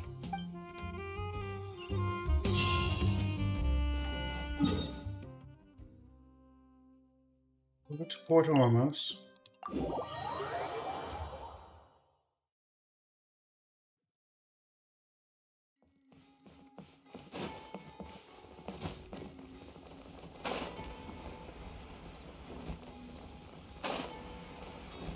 Full throttle! Time to roll!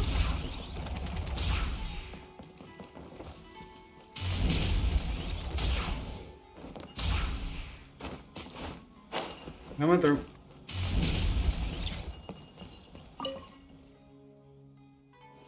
Ah, Kaveh, it's you! It's been a while. What have you been up to recently? Yeah, it's been a long time, Alkami. Things haven't changed much for me. I'm still taking private commissions for all kinds of projects. I heard that you were the genius behind the Palace of Alcazazare. I bet you're all set for Mora after a project of that size. Well, it's hard to make a profit from every project, you know? Hard to make a profit? You've got to be joking. I've never met an architect who didn't make a profit from a project. Unless the client fled before they paid the commission fee in full. But that doesn't sound right either.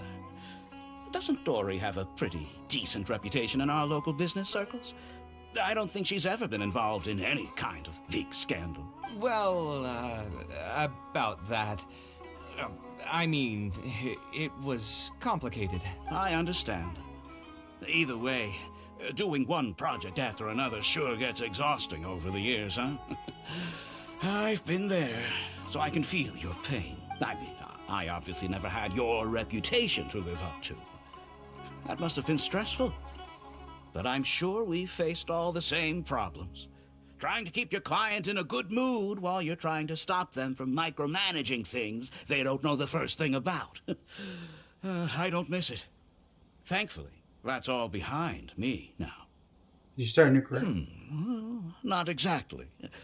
My work is still closely related to architecture. Judging from the look on your face, you're still strapped for Mora. That's quite unfortunate. You're the most artistically gifted graduate the Kasharawar Darshan has seen in decades.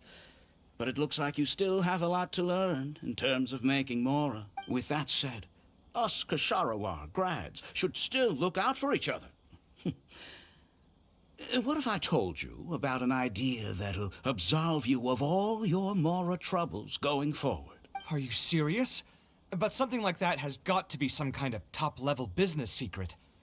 Are you sure you can just share something like that with me? Besides, I don't want to just take something like that without offering anything in return.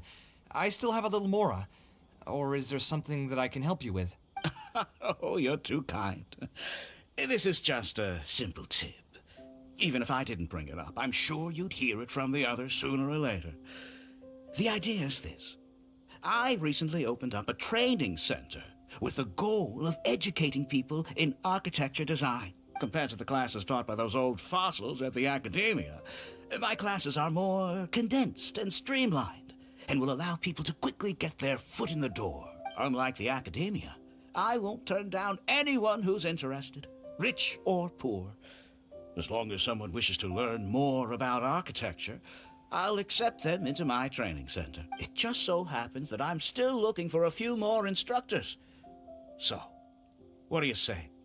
Interested in coming over to give a few lectures? Regardless of the pay, I can already guarantee that it'll be far more comfortable than working on random people's private commissions. Ah, so you want me to join you as an instructor? That does sound like something I'd be able to do. It sounds like a pretty stable job, too. What do you think, Traveler? You can give it a go. Then it's a deal? Yes, it's a deal. Thank you, Alkami. Like I said, there's no need to thank me for this. The lecture room is not far from here, so you can just come straight here tomorrow morning.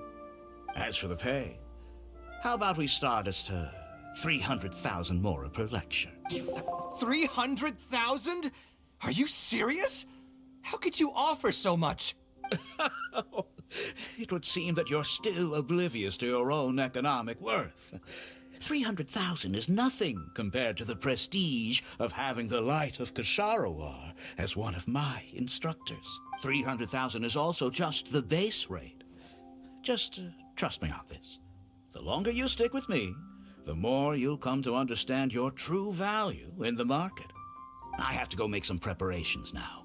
See you tomorrow. I was never particularly close with Alkami when we were in school. Who would have thought that he'd be so nice and friendly? I've hosted free lectures before, but this would be my first time being hired to lecture for a formal business. 300,000 mora per lecture. Whew. I'm so excited that I'm starting to get nervous. Join you. Thanks so much. I think I will be able to relax a bit more with a friend in the audience. Now, what should I talk about tomorrow? Some lessons I've learned over the past few years? All right, let's meet here again tomorrow morning. I should hurry home and create some kind of lesson plan. Wait until 7 o'clock the following day.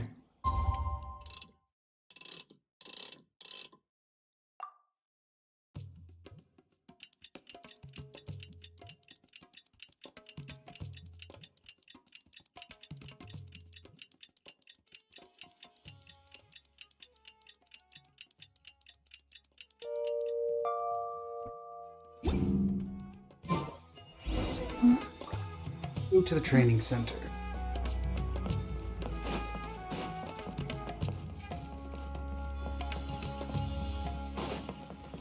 Oh, there's a Kami. Oh, I didn't expect you two to get here so early. I was up last night preparing for the lecture, but I ended up getting so excited that I couldn't fall asleep.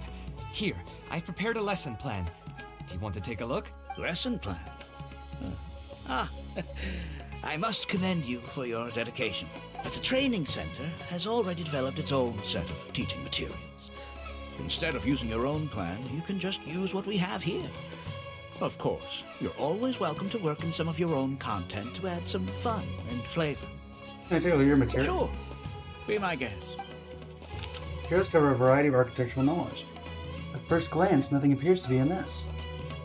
It's almost time for the lecture to start. Feel free to head in and start the class whenever you're ready. Huh. So you've already developed your own set of teaching materials. Seems like I won't need the stuff I've prepared after all. Anyway, shouldn't be a problem. I'll just go ahead and use your materials. There's something else I want to ask, though. This isn't going to be a large class, is it? No need to stress. There are only 20 people in this class. There are 14 classes at my training center. Out of all of them, the first class has the best grades, so I've directed them to you. We'll see how well they take to your lectures. 20 people, huh? All right. I think I can handle that. Oh, and one last thing. In the interest of keeping a quiet learning space, only instructors and students are allowed in the classroom when class is in session. I'm sorry to say this, but your friend will have to wait outside while you teach the class. Okay, I'm just thinking about taking a walk anyway. Sorry about that. I'll meet you at the door when the class is over, then. Not really as nice as he seems. I should probably ask around a bit. Adan. Hey there. Can I help you? You know a man by the name of Alkami? Oh, Alkami? You mean that rich guy who's been making quite the name for himself? Yeah, he commissioned a set of furniture from me a while back. Paid a great deal of mora for it, too. I heard he earned a fortune working as a renowned architect. Now he's opened a training center so others can follow in his footsteps. If the tuition wasn't sky high, I'd enroll my child in a heartbeat. So it isn't rich or really poor. Sounds it's only like a rich. lucrative profession. I want to see if I can hear anything at the door. Aw.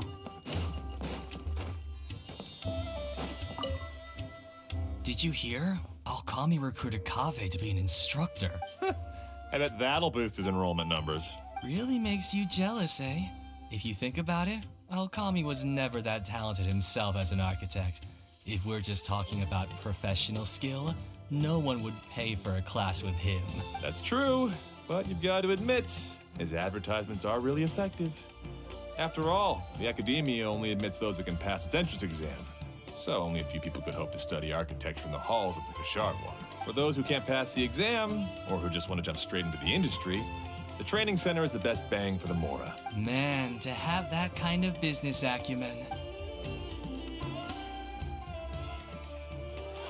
Well, Kave's class is over. All right, everyone. There's no need to be nervous. Class is over, so we can just chat for a bit. I shouldn't have lost my temper during the lecture. Did I scare anybody? No, you weren't scary at all, Mr. Kave. We were just a bit lost and didn't get what you were talking about. Something happened? Oh, don't get me started. I was trying to use Alkami's materials, so I flipped through some pages and gave them a closer look. The more I read, the more upset I became. Alkami may fool an amateur, but he can't fool anyone who's active in our profession. The materials he made are completely useless for teaching real architecture. Say that. In my opinion, the most important skill of an architect is their ability to craft a design.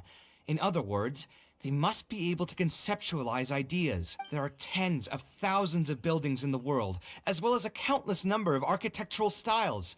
Some designs emphasize aesthetics, while others prioritize practicality. The architects who can critically evaluate the quality and fit of different designs are those who can come up with great designs of their own.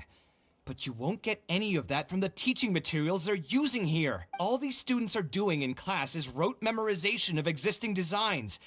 They are learning nothing about the underlying principles. How can they expect to become real architects? When they're done with this class, all they'll become are dilettantes with a pitiful smattering of architectural knowledge. But Mr. Kave, we didn't really understand anything you said after you threw away the materials either. What's the big deal anyway? It's not like we're looking to make some works of art. We just want to make some Mora. You're studying architecture to make Mora? Yeah. Why else would we be studying here? My biggest dream is to become someone like Mr. Alkami. Once I finally make my fortune in architecture, I'll be able to buy anything I like. Huh. In that case, I'm afraid you'll probably be disappointed. The reality is that the work of an architect is very difficult, and the pay is not lucrative at all. Believe me, I'm a perfect example. But how?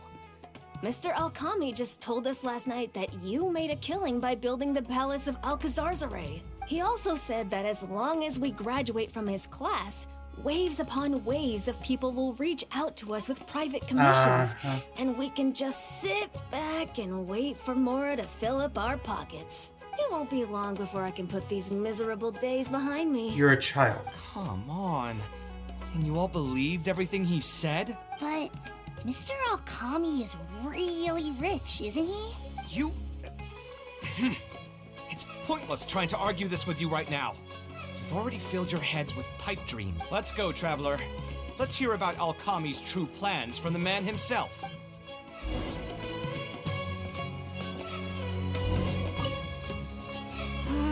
Mr. Kave looked really angry. Who cares about him? Maybe he's just worried that we'll take all of his commissions once we finally graduate. But that can't be it, right? Mr. Kave is super famous. Who knows? My dad told me the more famous someone is, the more arrogant and stubborn they become. Approachable people like Mr. Alkami are the rare ones. This is just a get-rich-quick scheme. What's wrong, Kave? You look quite flustered. Did one of my students offend you? Were the students not astute enough for your liking? I must implore you to go a bit easier on them. After all, they're nothing like the genius scholars you're used to dealing with at the academia. We don't need to strive for perfect understanding. As long as some knowledge has been passed on, that's good enough. Yeah, I'm mad at them. But I'm even more upset that you're scamming people under the guise of teaching them about architecture. The students are all here hoping for a quick way to make money, but we both know that an architect's life is hard and exhausting. Just a little while ago, I was toiling over the 6th draft of a design for a client. If your client is unhappy, you can't break ground, and the longer a project goes, the longer it takes for you to get paid in full. What's worse, if your client disappears in the middle of a project, good luck getting anything from them ever again. You know all of this just as well as I do. Why lie to them?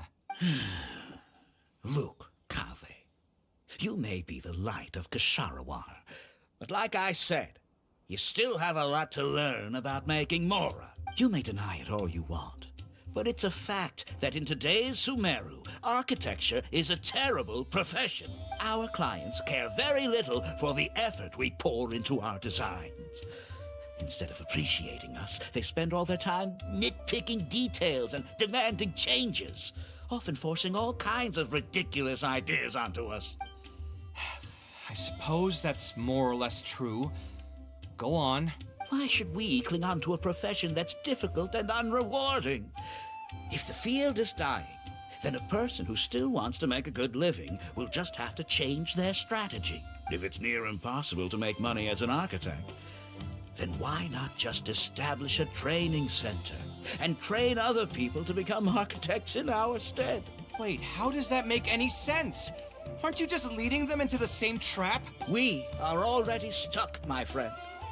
The more people we can lead into this pit and stack as padding beneath our feet, the more comfortable our lives will be. Instead of making money from architecture, you made your money from your students. That's right. And making money as an architect is a slow and agonizing process. In comparison, earning tuition from a training center is far easier. None of the students will ever know, however. In their eyes, all of my income was earned during my years as an architect. It's easy for them to fall for my promise. After all, everyone wants to live the dream of being the person who can spend millions without batting an eye. The more students I get, the more money I earn. And the more real that dream becomes. And then what? Once they graduate, they'll still find out the truth about architecture and struggle to stay afloat amid all the problems we already talked about. When that happens, your facade will pop like a soap bubble. No one will believe you anymore. Ah, but that's just one way to look at the problem. No two people have the same amount of talent. Even if they fail to strike gold in the future, you can't say that it's my fault and mine alone. Oh, and also, I never actually promised that they would achieve financial freedom as long as they become architects. All I did was nudge them towards that belief. I'm not even scared if they do come back and stir up trouble. My training center has all the required permits and certifications. Even the Dendro Archon herself couldn't find fault in any part of my business. How can you sleep at night knowing that you're doing all this? Tell me, is your heart carved out of brick and stone? I can't believe that I once saw you as a decent human being. And the same goes to you. How many years has it been since you graduated from the academia?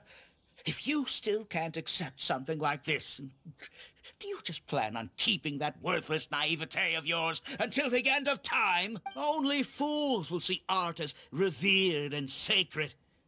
In the end, art is just another business. Being successful at running a business is an art form in itself. I urge you to think about what I've said.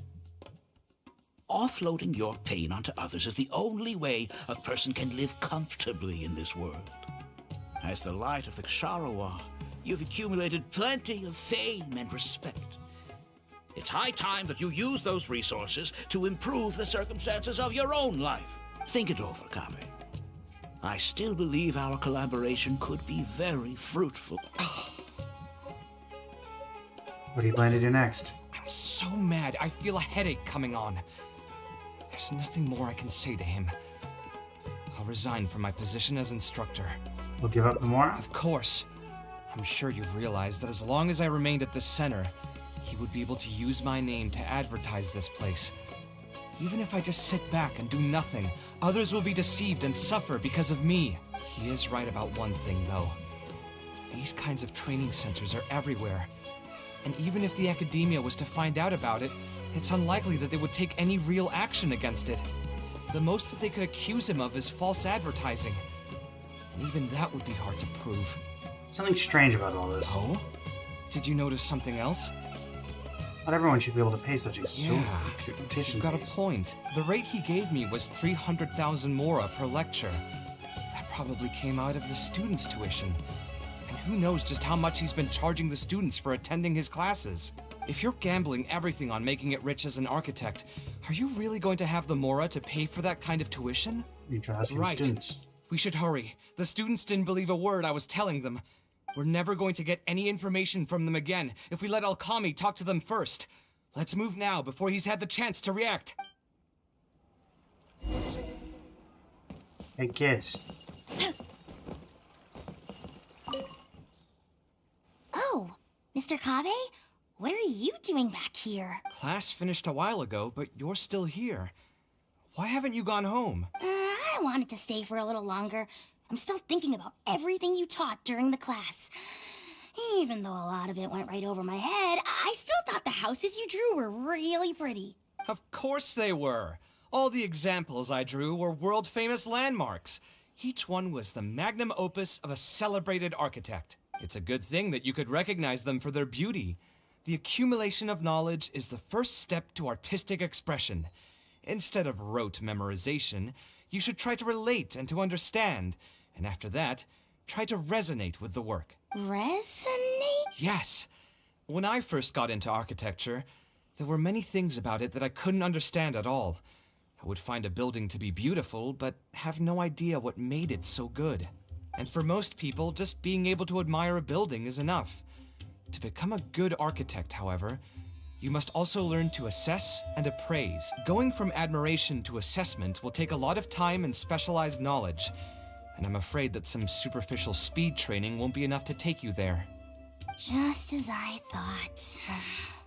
Becoming an architect won't be as easy as Mr. Alkami made it out to be, right? I'm sorry. I'm not trying to crush your dreams. All I want to tell you is that an architect's life is not as carefree and easy as others may make it out to be. I understand. Thank you for telling me the truth, Mr. Kaveh. I think I'll still stay here for the time being, though, since my family still hasn't paid everything off. Paid off what? Sorry, I can't say anything more. Mr. Alkami made it very clear that anyone who talks about it will be kicked out of the class. Don't listen to him. I am the most famous architect in Sumeru. If he kicks you out, then I'll just take you in instead. Really? Why would I pull your leg?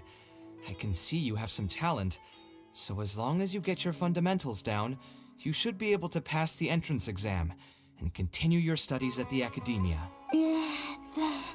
Then please keep this a secret for me, Mr. Kaveh.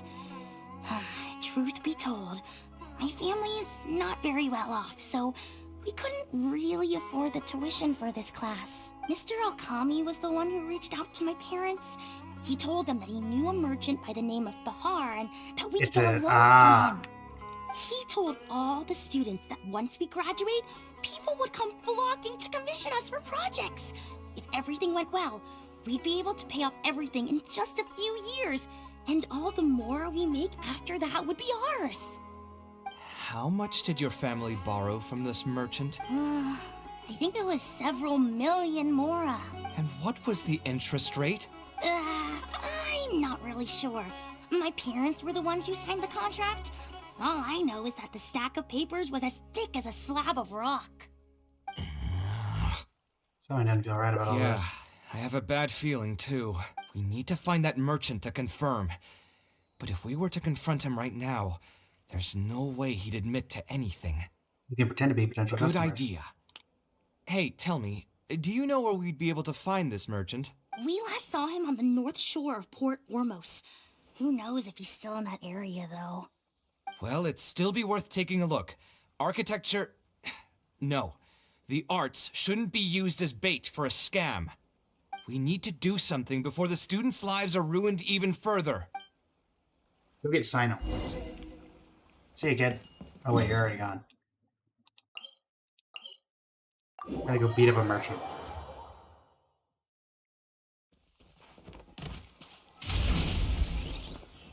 Kapow!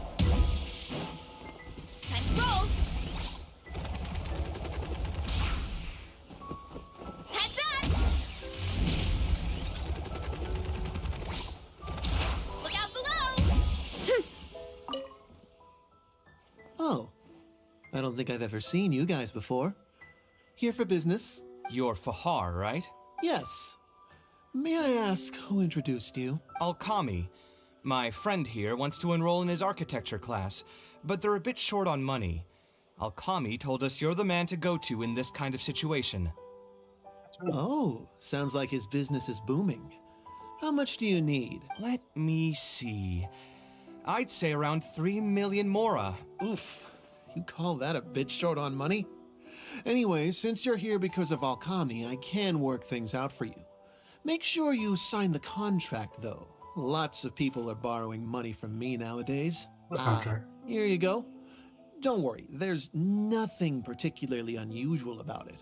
All you need to do is pay back the loan in full within 3 years. And what if they won't be able to pay it back? What do you mean, won't be able to pay it back? Once you graduate from Alkami's place, you'll be making millions of mora a year. Easy! At that point, paying this off will be a piece of cake. And even if you were to run into some difficulties and need to delay the installments, it's no big deal. We're all reasonable people here. If you can't pay quickly, you can just pay it back over a longer period. All that would change is your interest rates would get a little higher. It's hard work running a business. If we're taking risks to supply you with mora, it's only fair that you take on a bit of the financial risk as well. Anyway, there's no point in tying yourself in knots over the contract. With the way you're reading every single line, it's like you're worried you're about to get scammed out of your whole life savings. I just did some calculations in my head. When you say the interest will get a little higher, do you mean it'll get higher than 30%? Of course, the contract did a great job of trying to obfuscate that fact. It only listed the amount that you'll have to repay every day. If you actually do the math, however, it's clear that the amount you need to pay on interest alone will amount to hundreds of thousands of mora per year. Even my creditor doesn't dare to raise rates that high. Once a family's signed on to a scheme like this, there's no getting out. What are you trying to say, huh? Matra will happily answer the question. I figured something was off when 2 well-dressed people came looking for a loan. Too many people are sticking their noses where they don't belong these days. Luckily for me, though, this is a pretty secluded spot. Hey, come out and teach these guys a lesson! Eremites? I've already fought off more than my fair share of them when I was working in the desert. There are only a few of them, so they shouldn't pose much of a threat. Marak, you're up! Following orders. Burn it down! I'll take my... I'll be back. Who are you and what do you want? I don't think we've done anything to hurt or offend you. So why go this far to destroy my livelihood? Debt has the power to upend your whole life. I know very well just how miserable living in debt can be. But my debts are the culmination of many different factors, and my interest rate is still somewhat reasonable. As long as I continue to work with my situation in mind, my debts will eventually be paid off. But these students are different. They have neither the mental preparation nor the financial resources to pay back a debt like this. You sold the dreams of becoming an architect to the students as bait, urging them to take on insurmountable amounts of debt to satisfy your greed. Ha! Everyone knows there's no such thing as a free lunch. It's their own fault for falling into the trap. And if we're going to talk about greed, aren't those students the ones who are blinded by it? They completely ignore the risk that's right there in front of them. No excuse for your actions. Ha! And here comes the silver tongue. Surely you use that to reel in the students as well. Even now, many of them are still hopelessly dreaming of striking gold after they graduate. People grow by learning from their mistakes. I hope this will be a valuable lesson to them. Let's head back to the academia and turn this guy over to the Matra. They should be able to link him with Alkami's business. Ring worker. Fucker. Worker. Something like that. The academia. Sino? Didn't think I would run into you here. My vacation just ended not too long ago, so I'm going over some cases at the academia. Who's this? Describe everything that's happened to Sino. I see. charging an interest rate over 30% indeed constitutes a crime, as it is highly likely that Alkami is also benefiting from this scheme. The Matra will open an investigation on him as well. The training center will be closed until further notice. Any funds we manage to recover from the suspects will be returned to the students. It's unclear how much we'll be able to get back, however, given their extravagant spending. That should still be enough. Once the students realize the error of their ways, they won't fall so easily for such traps in the future. Students are fine. Anyway, thank you for your help. I hope this won't be too much trouble for you. It's no trouble. Just another day at work. How did you two get tangled up in this anyway? Alkami tried to hire Kaveh. Did you accept any mora from him? He promised to pay me 300,000 mora per lecture, but I resigned as soon as I finished the first session. I didn't take a single coin. Ah, that's good. Hmm? What do you mean, that's good? Would you have taken me into custody as well if I had actually accepted any mora? I wouldn't have gone that far.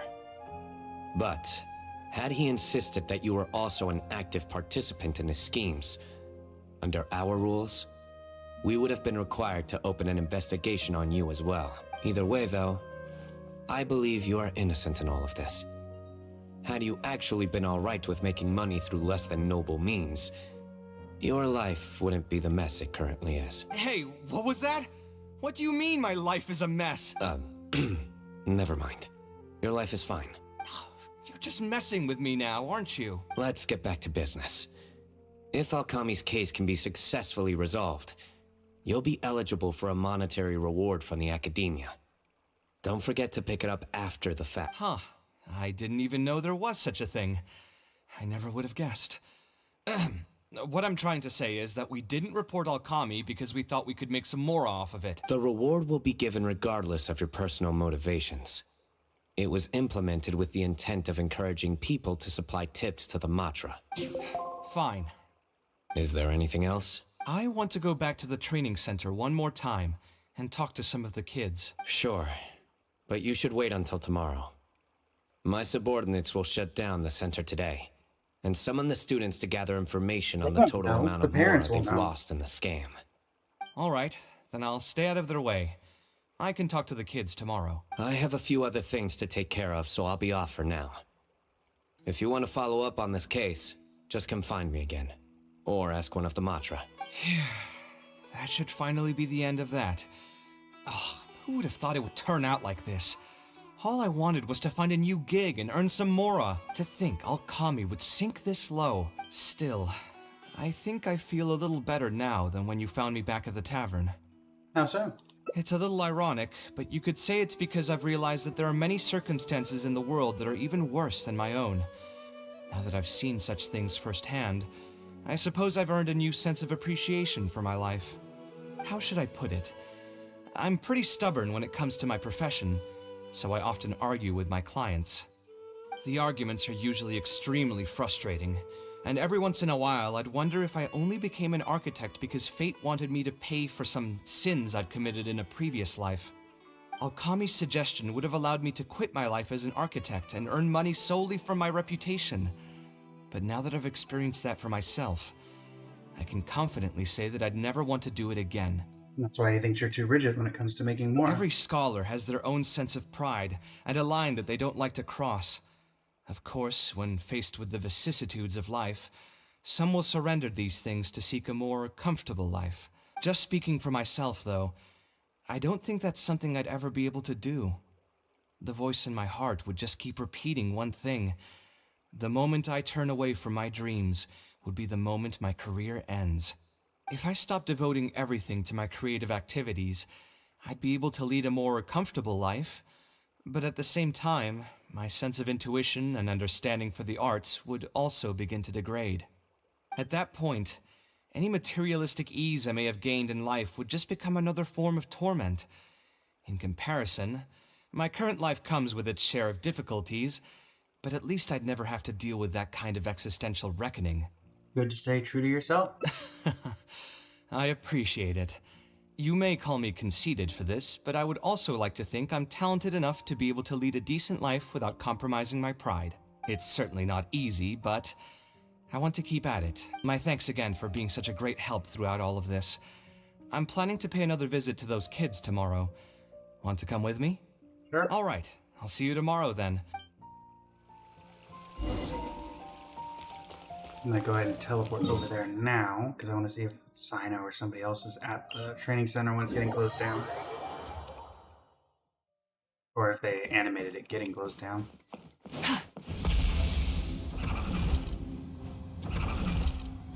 Okay, guess I can't do that.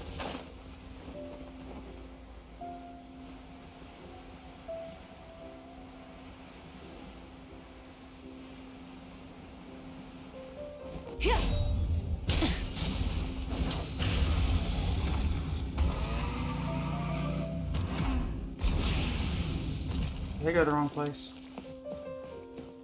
Went to the wrong place. Where was I? I was definitely on this beach. Try and stop me!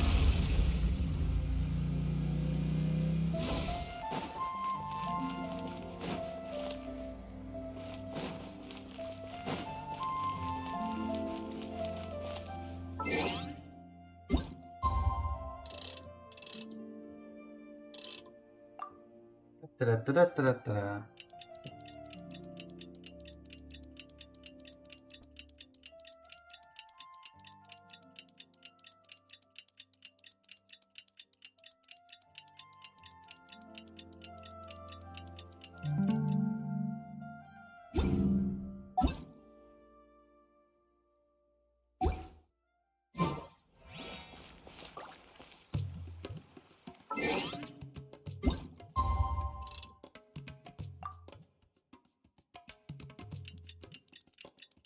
Stretch it out.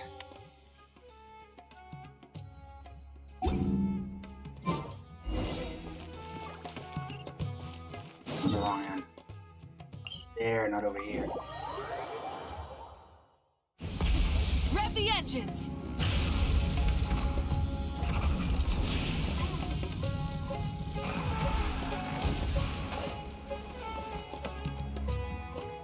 Get back on track! Kapow!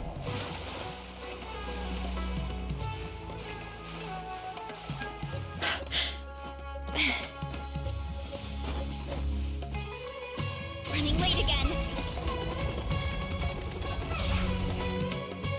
Yeah!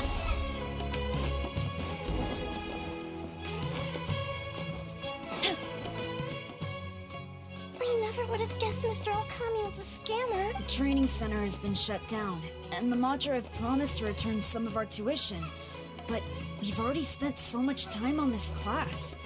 What should we do next? Mr. Kaveh said we can keep working on our fundamentals and try to get into the academia. Easier said than done. If it was easier to get into the academia, none of us would have signed up for the class in the first place.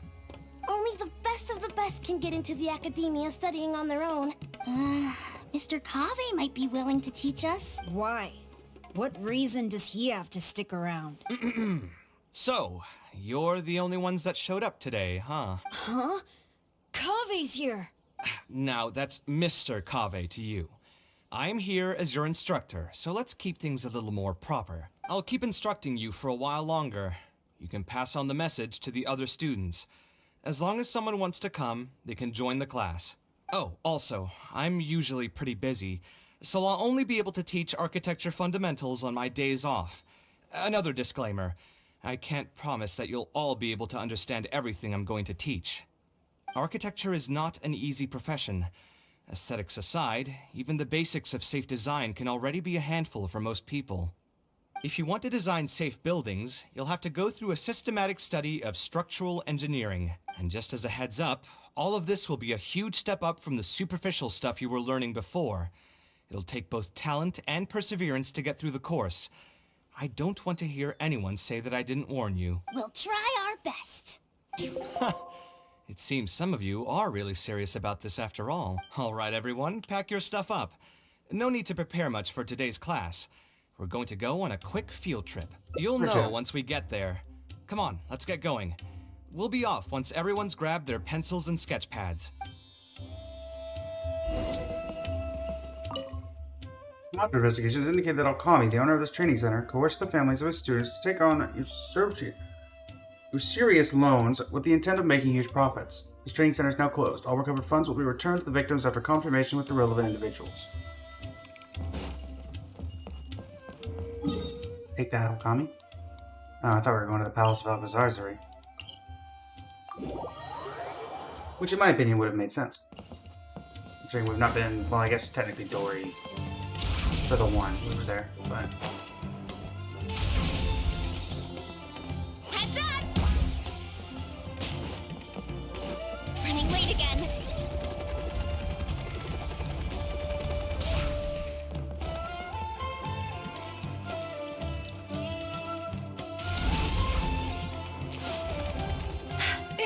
No, this was the drawing you did, right?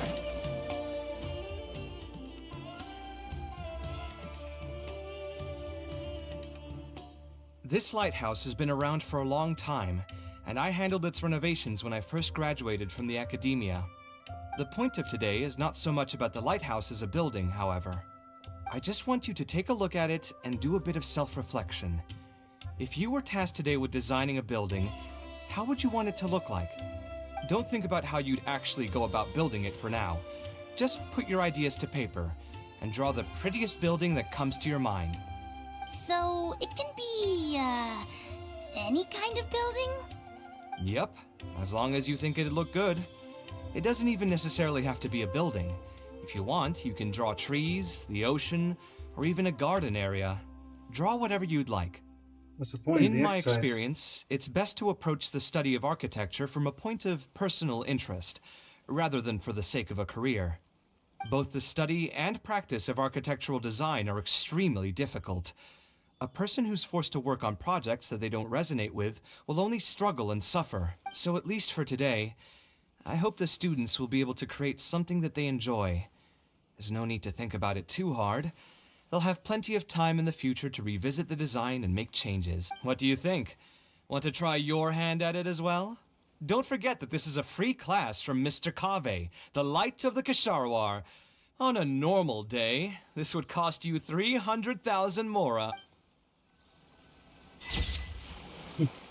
Teapot. Your ideal building is also your safe... Oh, it's the Serenity Pot. And he doesn't get it. Nice. Well, everybody, that actually is ending right on time. So, with that, I'd like to thank everybody, as per usual, for joining me today. Not sure what tomorrow's stream will be, but don't worry, there will definitely be one. And yeah, thanks to the Noel Mains Community Festival. Thanks to all of my partners. And until next time, everybody, thank you once again. And this is Blaze from Blazing Flame Studio, signing off.